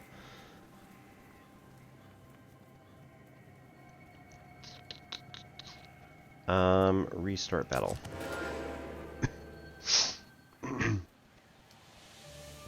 Okay. That's a different set.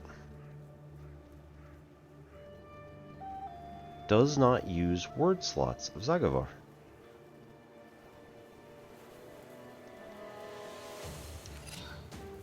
So like, yeah, there we go. Okay. I'm not going to be able to do anything here really, so wait a turn.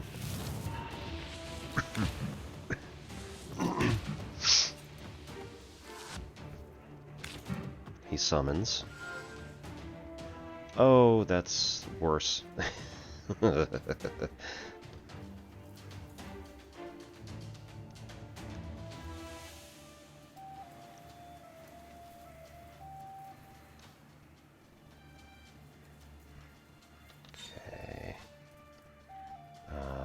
Igor. Curse him.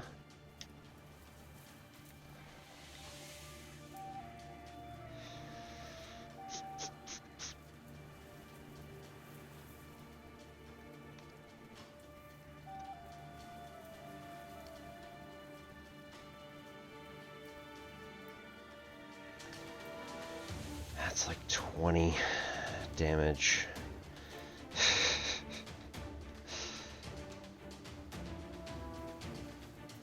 I need... no.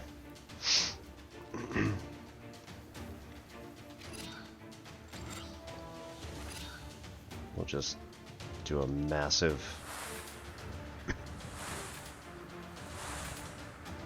15, yeah. Hey, that's way better.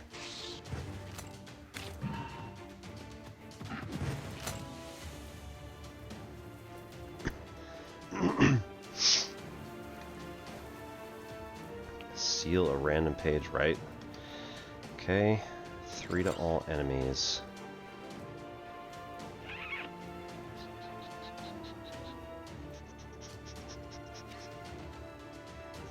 Waste 3. Yeah, take the big boy there. Remove positive status. I don't think anybody has a positive status. And I don't have any damage down yet. Ads are going to start in 5 minutes again. Oh boy. I don't know. What do we got? 3 damage. Okay.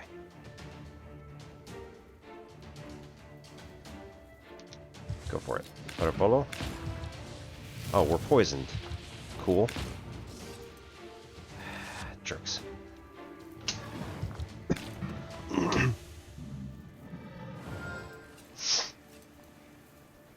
Grr.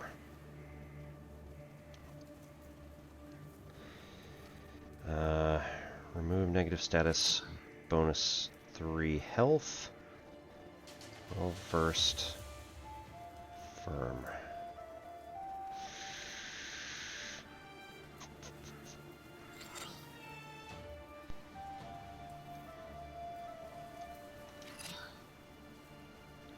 It's not going to help all that much, but hey, it's going to be worth something.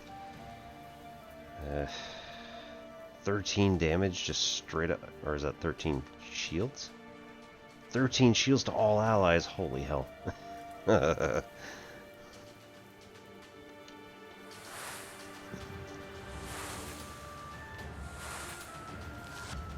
This is not good.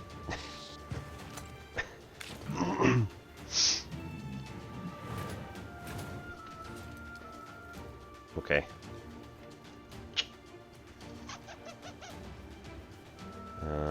Remove positive status? Nope.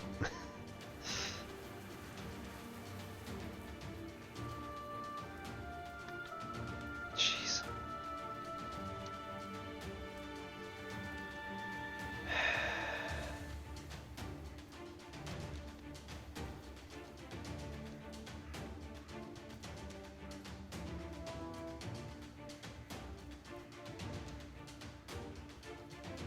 It's not. Okay. This is not going to go well.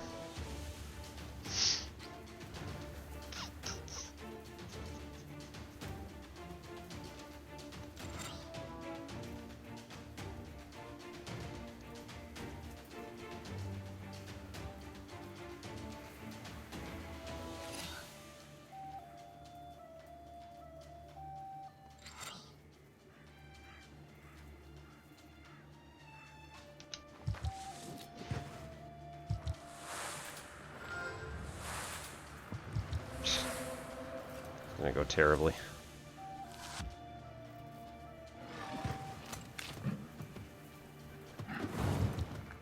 Oof. Ah, jeez.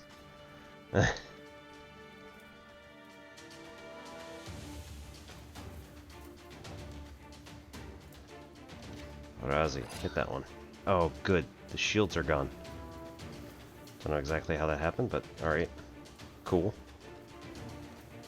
Maybe it only works for one turn or something.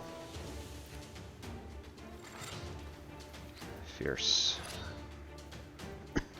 Also, hit that guy. Well, okay. Wait a turn. I will also like...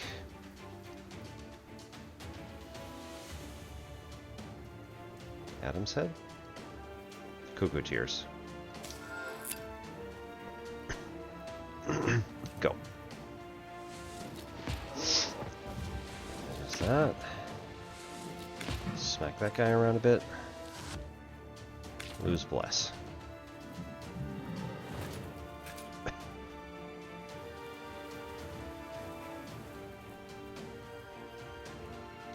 Okay. Definitely dead if we don't do something, so we're gonna wait on St. George. So that increases the attack. We don't have any attack this time around. So, increase the number of keys in the book next round by 1. We'll do Adonai. And also well versed. Oh, now we also want to hit that guy.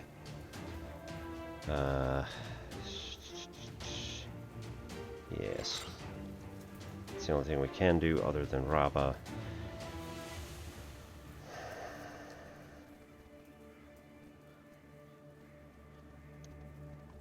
Let's try it.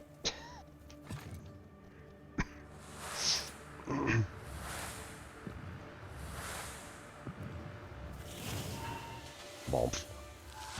Looks like we're only taking 1 damage. That was a quick one. Awesome. Okay.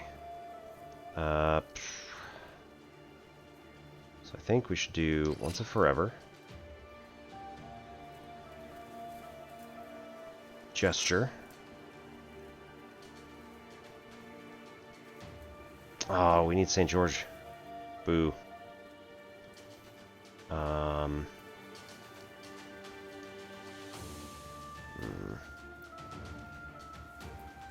There, yeah, he got blocked. Okay, ad break's gonna hit, so we'll take 3 minutes and be right back. Thanks everybody so much for coming, and thanks David for stopping in with the raid. Like I said, 3 minutes, be right back.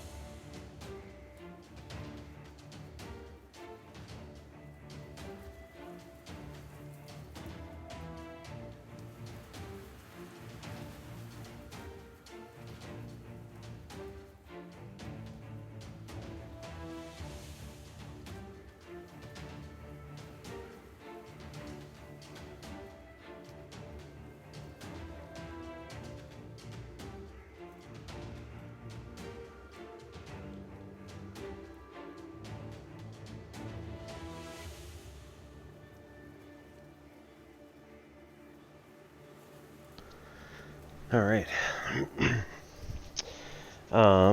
So I have redeemed good form because we're gonna just do a oh, right.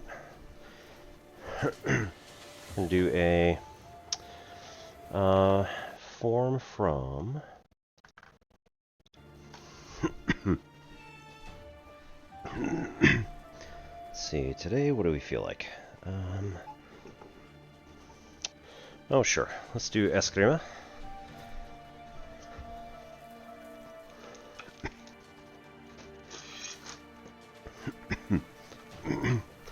So, eskrima is a Filipino stick martial art, which originally came from pre-colonial days when Philippines was being harassed by a particular crime family. And so this, essentially, mafia ended up like extorting people for all of the money that they were earning, and then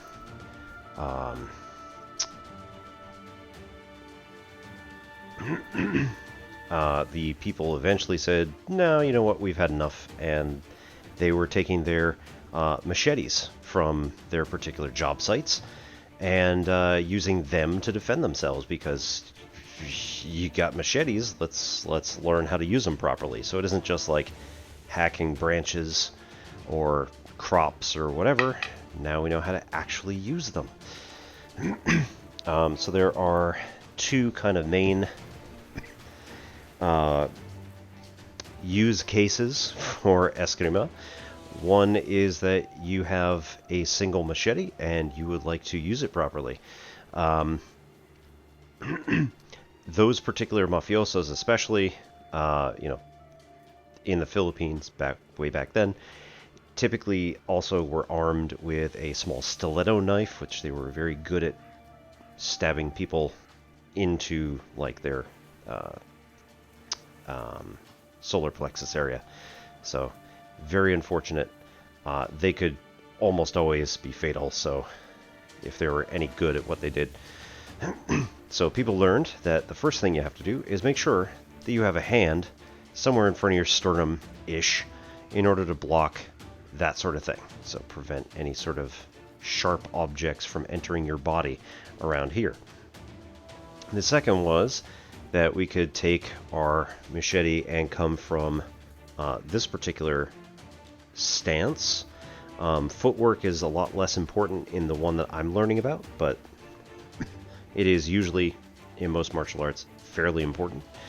And what you want to do is basically point the butt end of the machete, or the stick, at your target, so at the person who is trying to attack you. And for right now, that's pretty much just where you all are at the camera. Any movement that's kind of like up or down or to the side typically gets telegraphed a bit. So we try to come out straight as much as possible, and also we use the guard hand also as a counterweight. So when you're unarmed with this, it's more for counterweight balance, and make sure that your back muscles get like sort of an even use. So we strike out like that. And this is the sort of thing that we do just as single strikes. And then we do double strikes.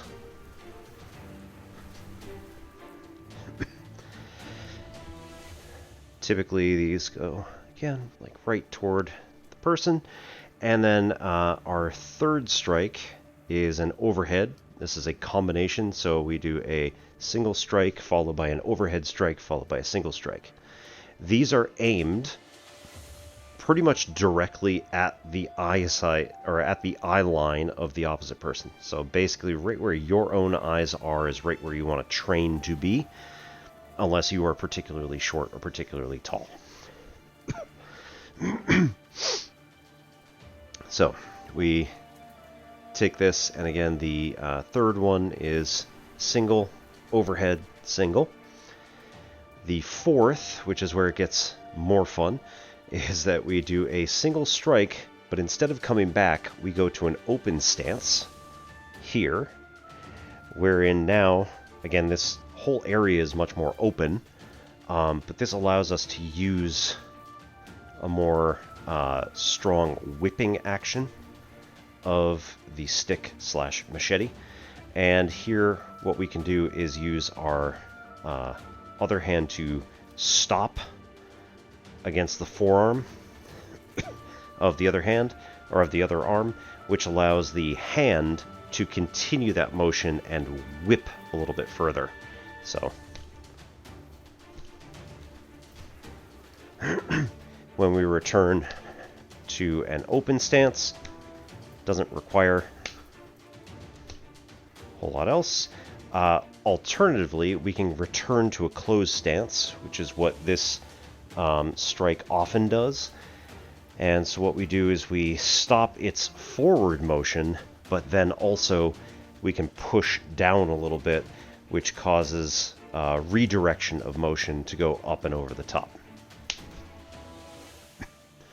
So we take from here, come straight out, and then hit down a little bit while we stop this. And it causes this redirect, and then we go back to a single strike. So our number 4 looks something like, when we actually do it, single, open, single back, single.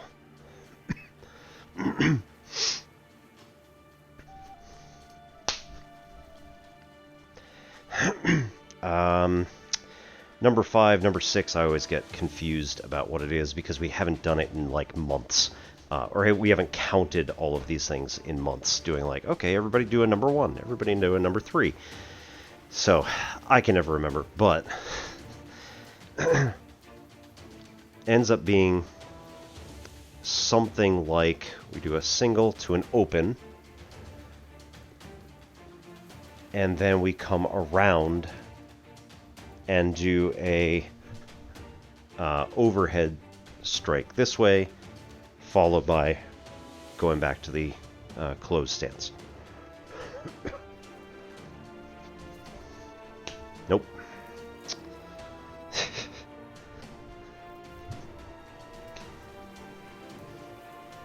It's not right, but it doesn't matter. I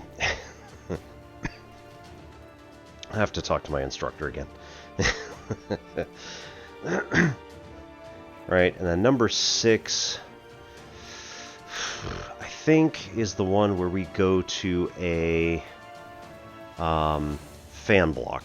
So what we do with a fan block is we go up and over like this to do a backhand block, followed by a forehand block, followed by what's called a kadlik, where we sink our hips down and rotate, and that causes this to whip around. We make sort of a comma shape in the air as we go. So backhand, forehand, kadlik, strike. So that may very well be single strike, fan block, kadlik, single strike. We usually bookend all of our moves with a single strike as well.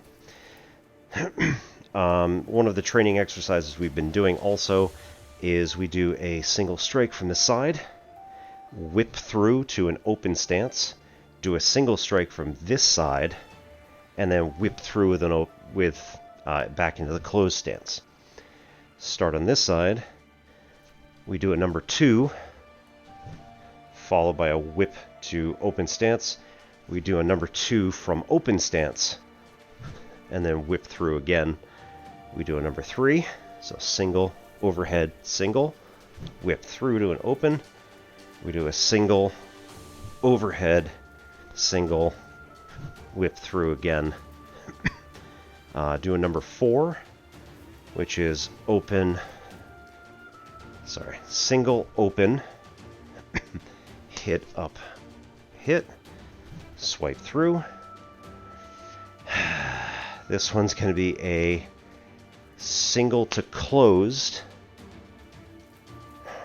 overhead, single to open,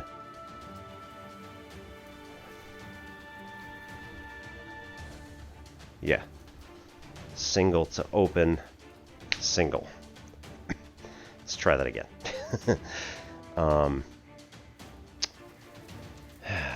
So, single to closed,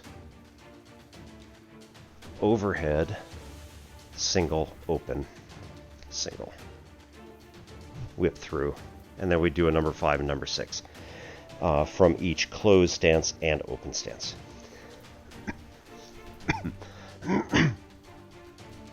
Right. So then we also have dual wielding, which typically we're going to start from a nice calm position on the shoulders like this. Oftentimes there would be people who would be walking back from their jobs and they would have their crops or like plant material, vine, etc. wrapped around their machetes, and they just carry it back to town like this.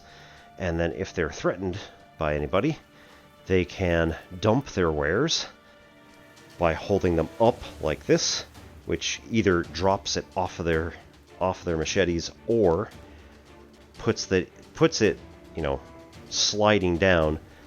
So all they have to do is pull them out like that.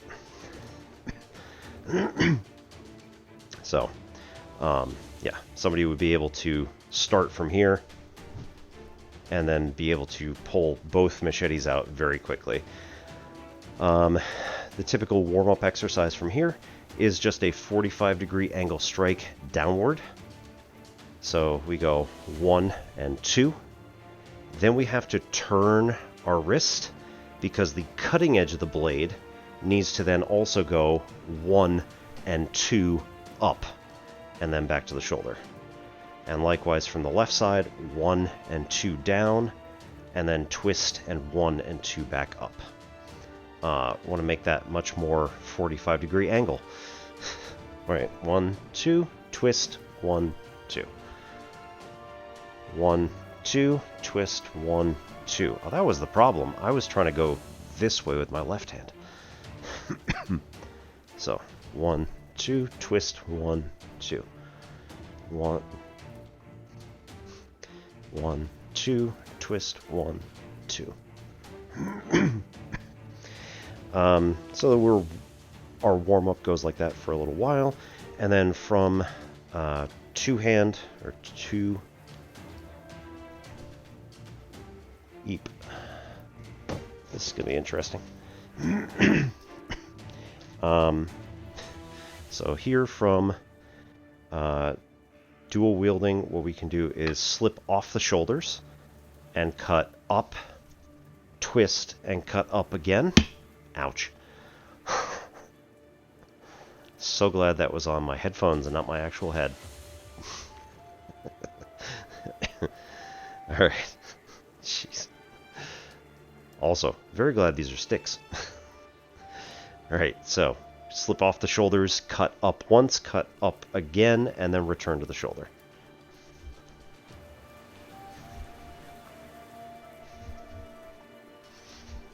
You also want to make sure that you practice with both of your hands having been on top.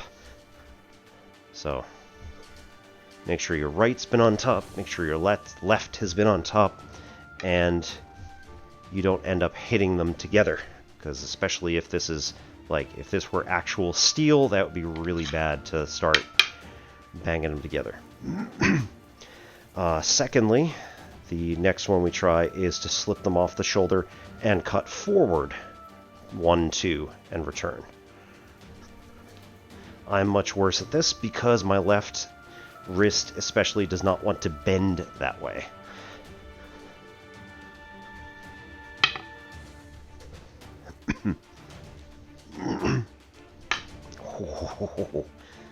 Yeah, that was my pocket.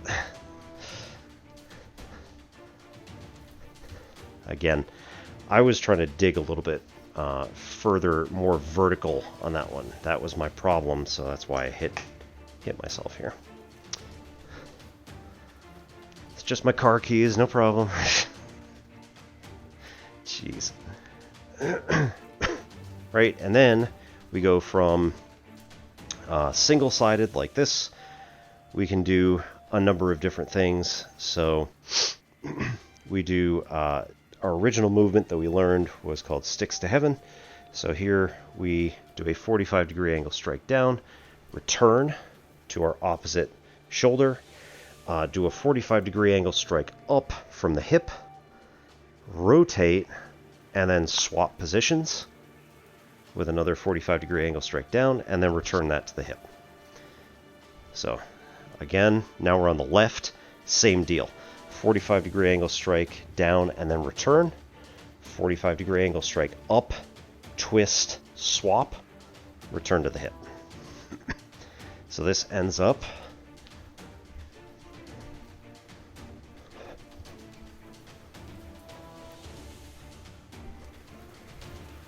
looking something like that. We also learned one where we do a, instead of 45-degree angle strike up, we do like a block out in front of us.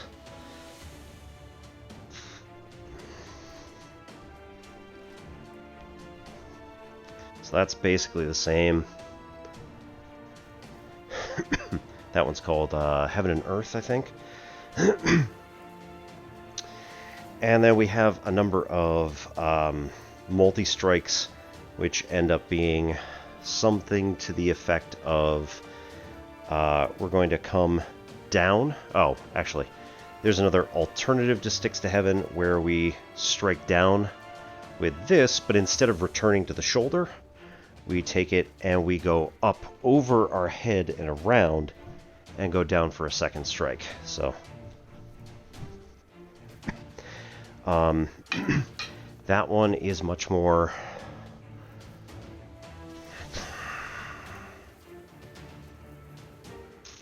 I guess it's unexpected for people who haven't seen it before, because you know, you're kind of expecting a throw off the shoulder, but off the shoulder and then again, this one will help to cover your back if there is somebody behind you who is aggressive, or if you're coming through like this, it's also going to hide where the blade is behind you before coming in for the second strike.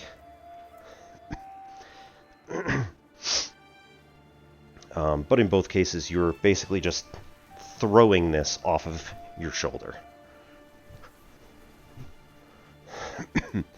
So, like that. Ah.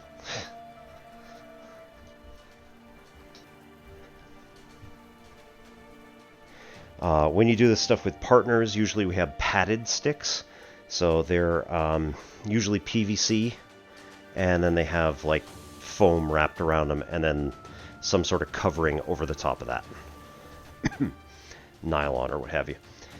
Alternatively, we can also do some other strike which is similar, where we come down with a 45-degree angle strike, and then instead of going back around our head like this, we just come around for a second one, just like our warm-up. However, in between, this cuts across, roughly speaking, across this area. So this would cut across the belly if you did it right.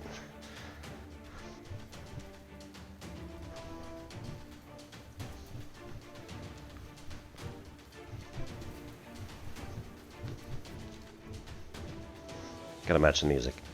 And then we got one more. Instead of doing the fan block, which would be a backhand forehand kadlik, we can also do a just forehand followed by a mid swipe followed by a kadlik. This one's a bit cheeky, because again, people would be expecting you to do a fan block or to do some other strike off the shoulder. So instead, for you to come in like this, up over the top, backwards, is generally considered like, how the F did that just happen? And especially if you're going to lunge at the same time, that ends up possibly blinding somebody, ending the fight real quick. So, forehand strike across kadlik. And depending on what kind of movement you're doing, you could do all sorts of cool stuff with your footwork. Alright, that's probably good enough. I've been stalling long enough on this particular attack. Have to put this,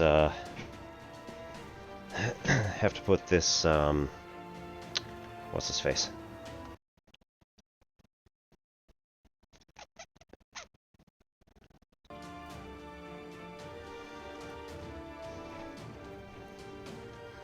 Chort. Have to put this particular chort in his place.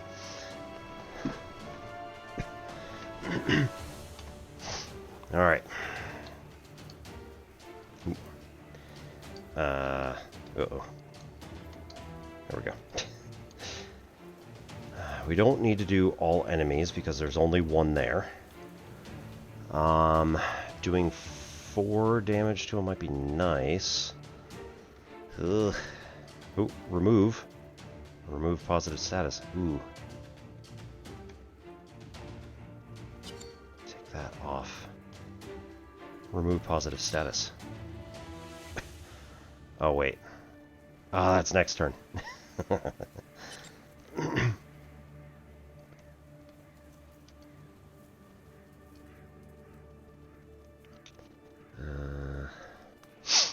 Okay. For a higher.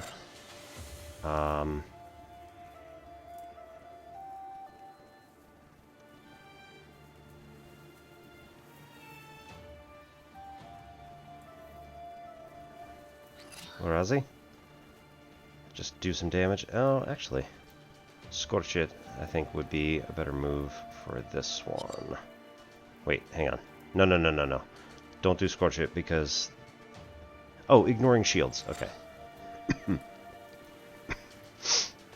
I do like 9 damage. And heal ourselves back.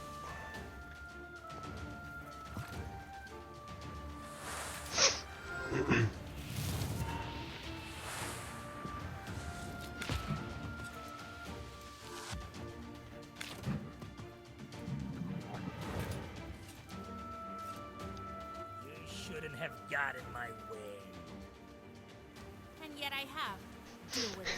Oh no, we're smack talking. Vasilisa, don't smack talk a demon.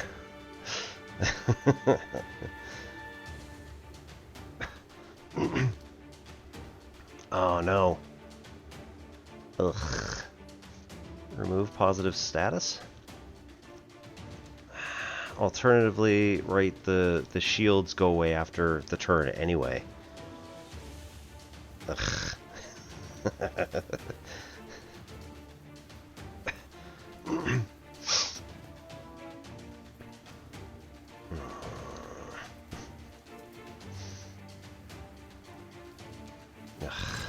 This is not good. Because I only have attack stuff this turn.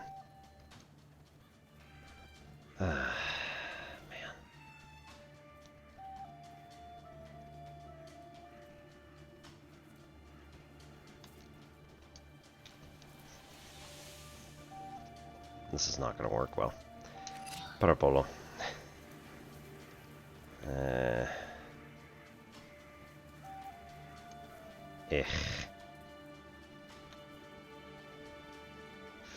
4 to all enemies.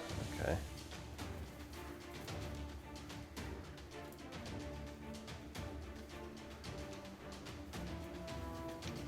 What can I get out of this? That might be nice. Although it's only going to be 1. So. It's only 4 damage.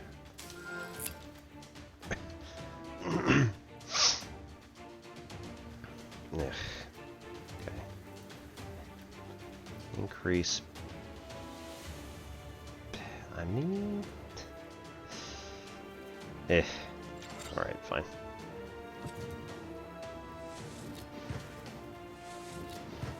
Yeah. That wasn't going to do me any good, really.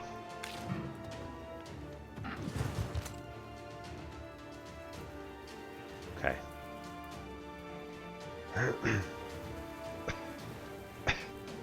Come on, Igor.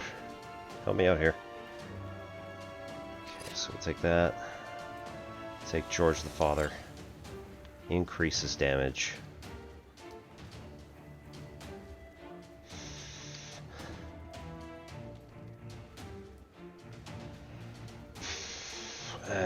Sure, why not?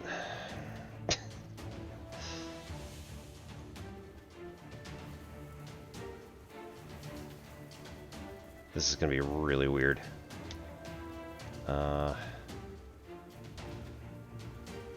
Adam's head.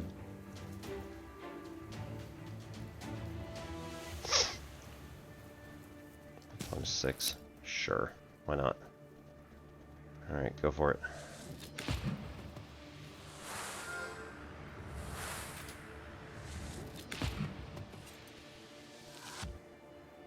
I should have cast that first. Damn it.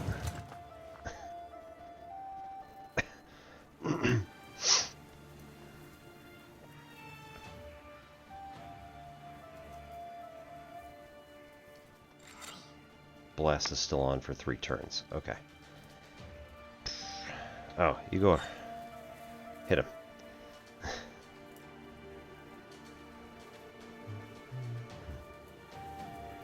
Should only have 6, I think. And we should also take another Adam's head.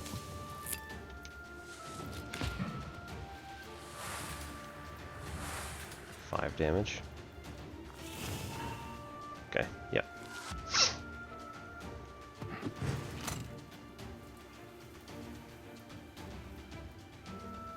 Okay.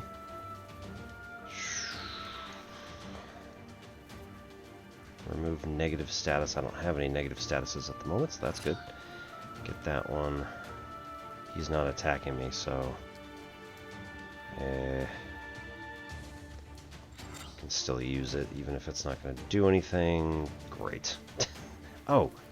I can skip, right? I don't have to...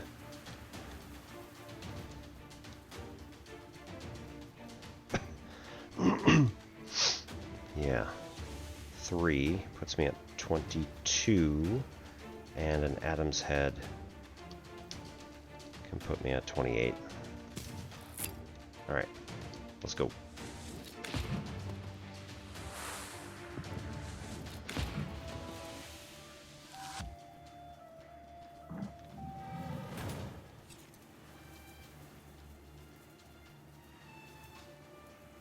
Oh, interesting.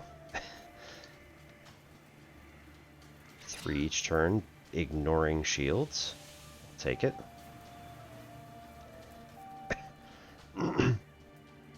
Let's do it. Just the one.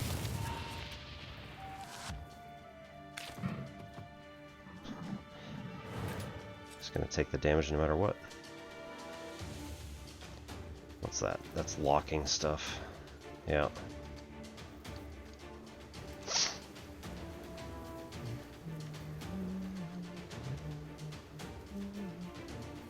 Don't need to do anything.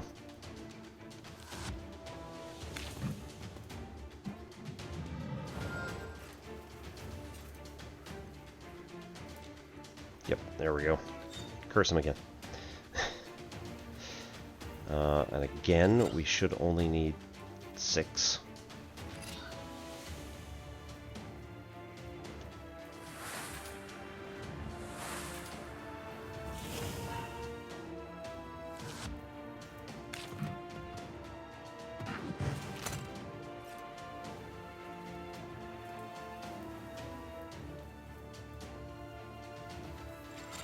Hit hard.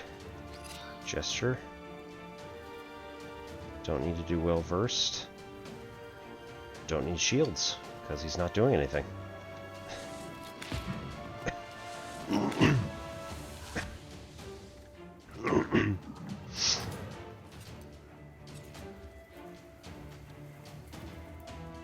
Okay, so now we need 12 shields. So if we do... Ooh, yes. We will do that next turn.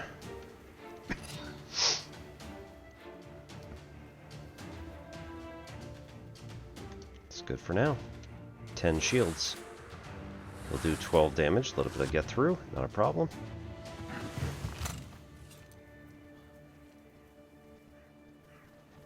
Alright, he's... That's what I did not count on. Man. Alright,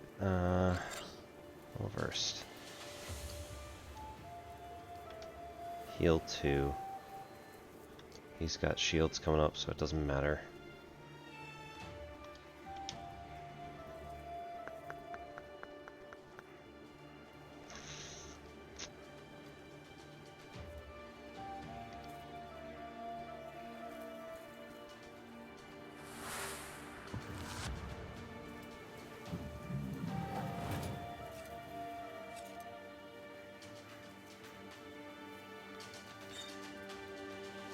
Hit him.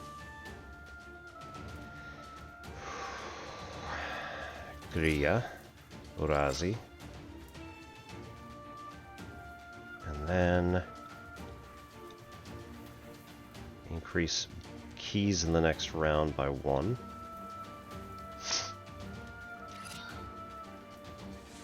And heal, but we don't really need it. Alright. He had shields. Curses.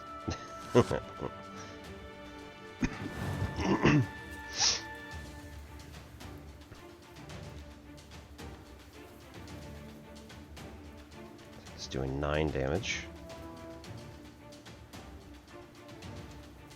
Remove positive status. He doesn't have any positive statuses. Well versed with that. We can also deal shields. 5 shields, 3 health back for 2 turns in a row. And no negative status on us.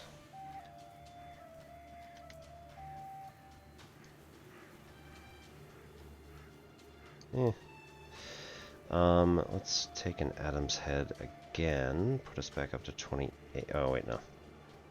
Don't do that yet. Call it there. Alright.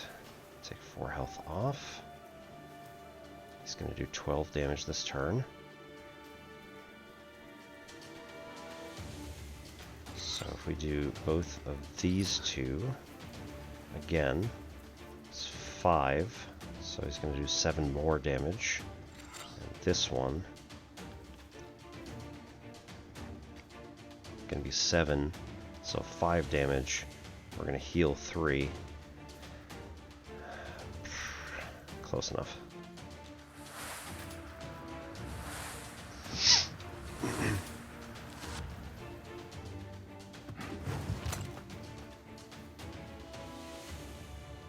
Okay, we get 2 more. He's going to do, yeah.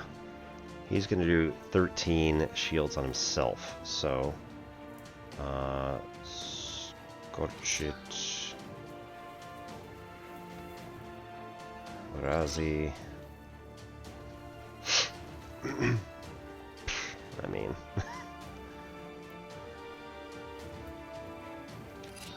Razi. I really wish you could alter the way in which they, in the order in which they go, but that's not going to be possible. Hit him.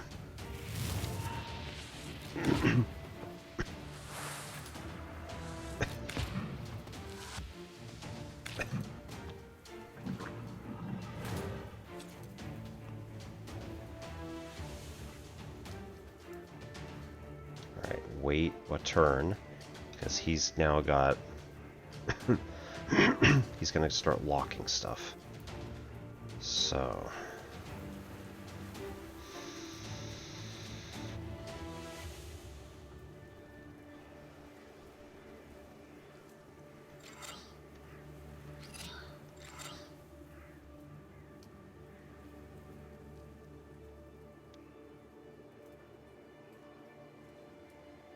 I mean, that's a lot of damage. That only does 12, but nonetheless. Hang on. Okay, let's take these off, because we're not going to be able to do anything. Let him cast. Lose his shields. He's locked 1 page, and it's not any of these. Cool. So George the Father, Urazi, Roda, Curse. I think we got it I'm pretty sure this is the way.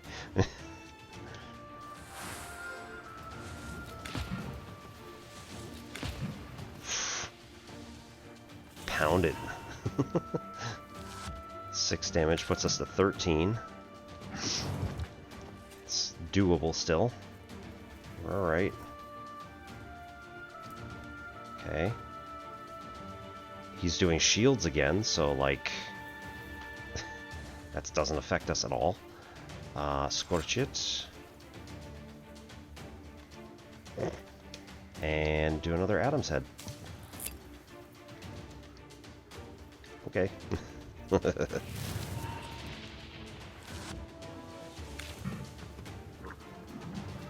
Cast those shields. Have fun. Okay. So now he's doing 12 damage to us. So now we actually have to do something. That's 3, 8, 13. Good enough anyway.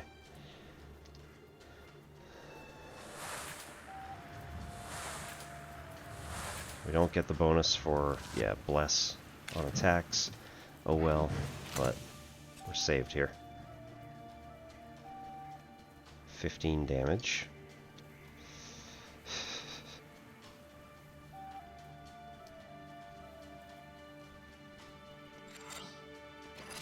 Baril. Nava. And another Adam's Head.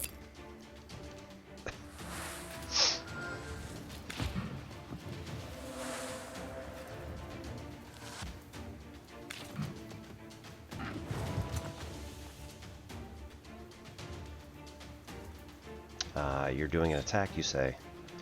I'm going to hit you again. Okay, 3. Razi. Waste. And Ruda? Raba's probably a better way to go. That will save us 3.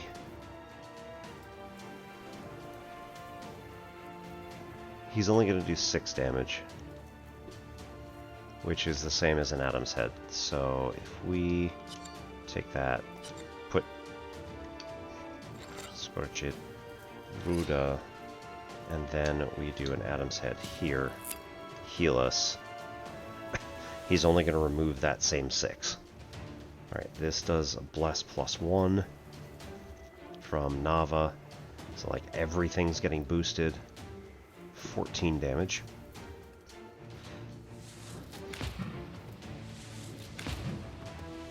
We're gonna win it. Bam!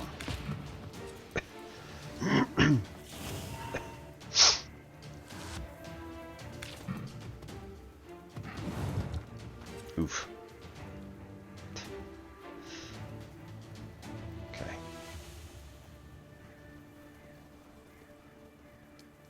So again, do another Adam's Head. We're going to hit him with Urazi.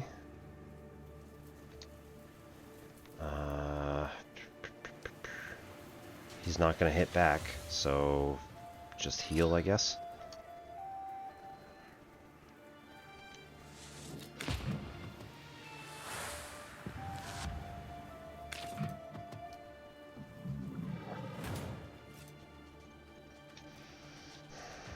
Right, he's going to do 12 damage.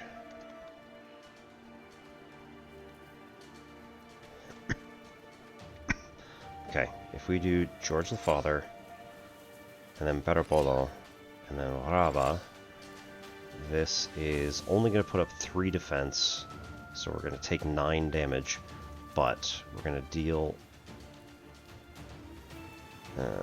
hang on.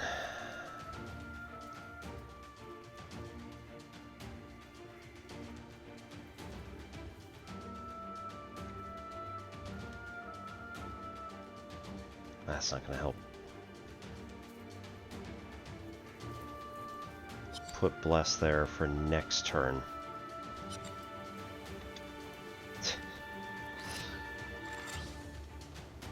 Bless 5. Oh yeah, that's gonna help. Defense 8 against the 12. We only take 4 damage. That's fine.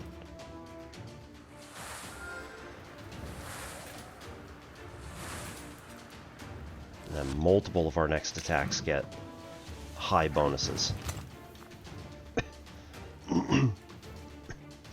Curses. Alright, well. That one. He's doing...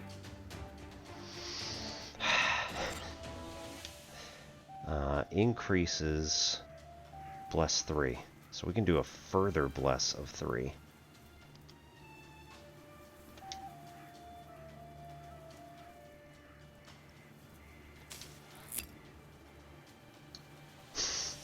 Yep.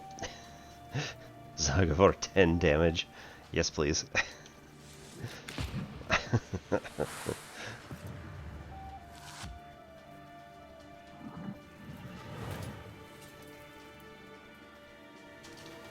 18 damage, you say? Curse him. Scorchits. Waste ignores shields, so love it.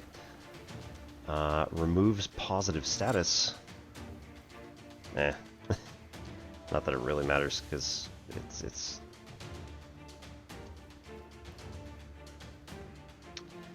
and has 6, so like... Wait, hang on. Do that.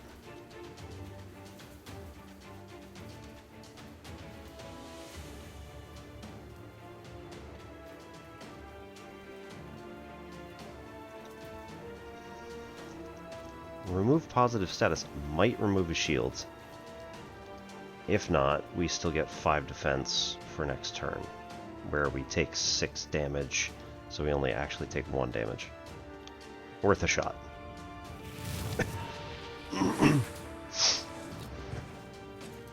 Nope. Okay. Shields do not count as positive effect. And also, your future hits don't get the boost from Bless. Which I can understand. Maybe it's a little much. Okay, that's another Bless plus 2. Jeez. Let's see if this works. And we'll do a firm here. Yep. That just keeps stacking on.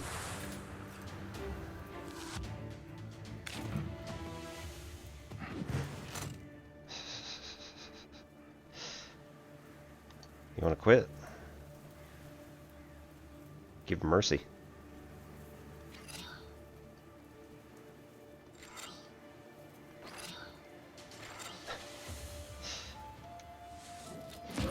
Boom. 30 rubles, 100 experience, and the Zadom.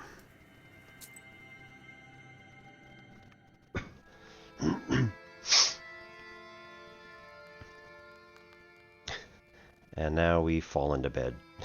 So, the name of the girl will be... Matriona. A fitting name. You did the right thing sorting out that demon. Won't spoil any good crops anymore. The cross is all that's left. In Yanidor, you'll find Evdokia Fokovna. They say her daughter Village to the north. possessed by Ikota. Ikotnik, a man possessed by a demon called an Ikota. Okay. Such people have strange abilities and in some cases the gift of divination. So, did you get all that? Who is that Ikotka? Come on, don't. This one time, a woman from Pokcha came to us, so that we could whisper some zagavars over her. And then a chort, size of a vershok, escaped from her.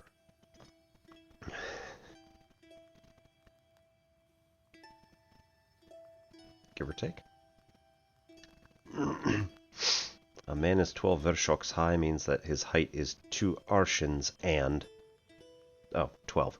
12 vershoks means 2 arshins and 12 vershoks.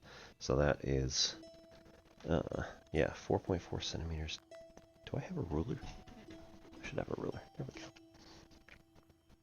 Oh, man, that's tiny. That big.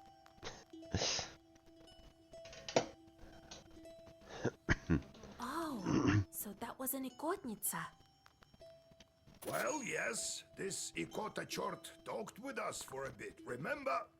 I really don't like dealing with the possessed. Well, nothing can be done about that. So, did you get all that? Yanedor? Where can we find that woman in Yenidor? Her house is closer to the edge of the village, the one with carved gates. So, did you get all that? Got it. What not to get? Go to the Kotnitsa and take her cross. Whoa, don't take it.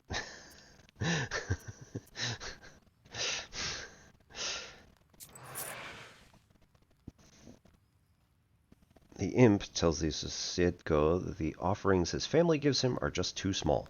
Enraged house spirit makes noises each night, ruining the entire family's sleep. Hooray. Plus 4 rubles, plus 2 sins. Fyodor One Eye shoved a hunter. He fell down and damaged his eyes. Wow, okay. That's pretty big. Call a hailstorm. Big chunks of ice break the windows of a local church. Task failed. 13th brother diligently counted the needles but kept losing count. His short has returned, tired and angry. Good.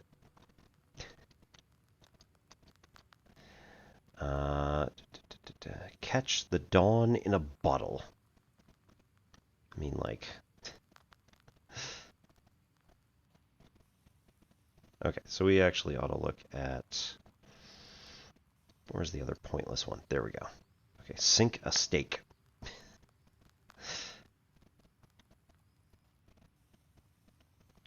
Scare children. So I think I want to go for, like, small numbers of sins.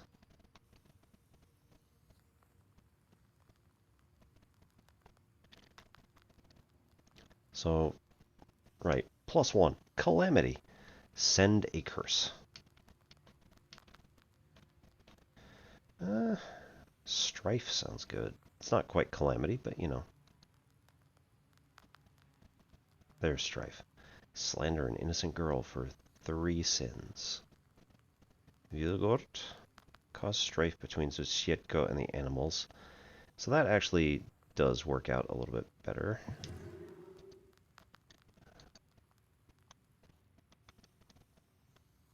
Sins, man. Oh.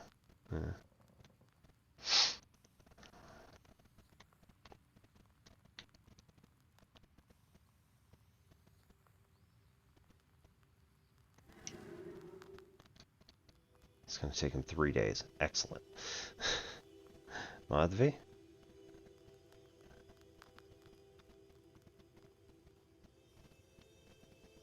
Sure. And Fyodor. Alright, they're good for 1 day. Big guy's done for 3. Ikota, this ailment, induced by Koldun or witch, is representative of the Russian North. Specifically the Cherdyn Uzyezd and Komiperm region. An evil spirit is enchanted with word power, bound to a name and cast into the wind. The first person to encounter it, who bears the name, becomes the victim. Sometimes stones or insects are enchanted with Ikota. In this way, whoever happens to trip over the stone or swallows the insect by accident suffers Ikota. Ikota usually takes the appearance of an animal, frog, lizard, mouse. Occasionally it takes the form of frog spawn, and more rarely an insect, like a fly, spider, or mosquito. It is not, however, always brought on by Koldun. It may pass from Koldun to any man in the event of the former's death. When inside a person, Ikota can speak with all kinds of voices. Zagovars are special ritual texts. Reading them might produce specific magical effects. They were used to cure illness, protect from evil spirits, and harm ill-wishers. For instance, Kolduns chant a Zagovar when creating zalum, wheat ears tied in a special way. Zagovars are characterized by their almost poetic language and structure. They consist of a commencement, beginning, an order, wish posed, and a key, specific words anchoring the actions to the ritual.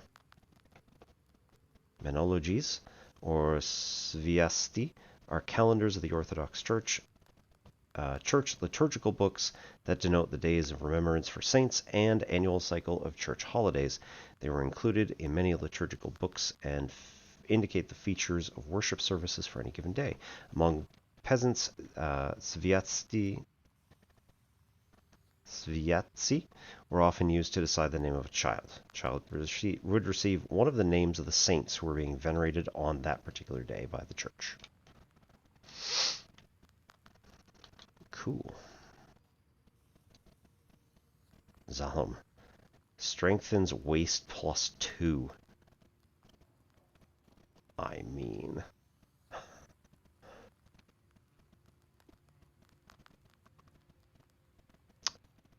Like, Hearthclay is nice. We don't always need...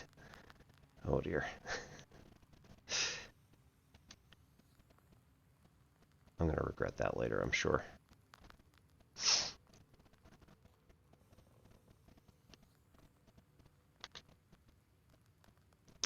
Alright. Well, Masha, Nikolai. now I can say I've seen things. Cannon fire. A redoute, that's one thing. The devil himself, that's a whole different level. Still, I think that war is scarier. Much scarier than any chort. I still can't forget it. You've seen too few chorts, Kolya. Perhaps that's true, but that's beside the point. I'm not going to put up with it. I know how to get over this. I have an idea. What are you thinking about? I'm thinking of stepping right into the fire. No. If only something turned up. You could die, you know. No. I'm not talking about something like a campfire.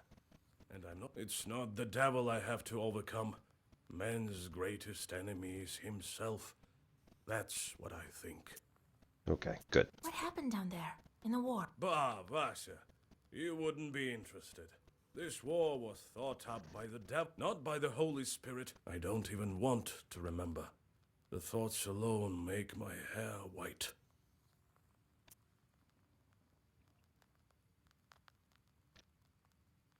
Is that why you started smoking? Oh. Well, look at you. They don't call you knowers without reason. Well, yes. I'll start with something small, I think. To tell you the truth, I'm terrified even when I strike Spocks with flint. Okay. Let's save the game.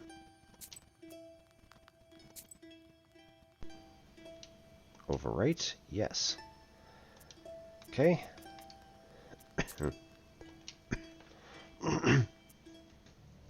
So, just to let everybody know, we are headed to Denmark for a week here, and will not be streaming over that time. However, hope you all have a really awesome time hanging out with other people, and we will send you over to, let's see,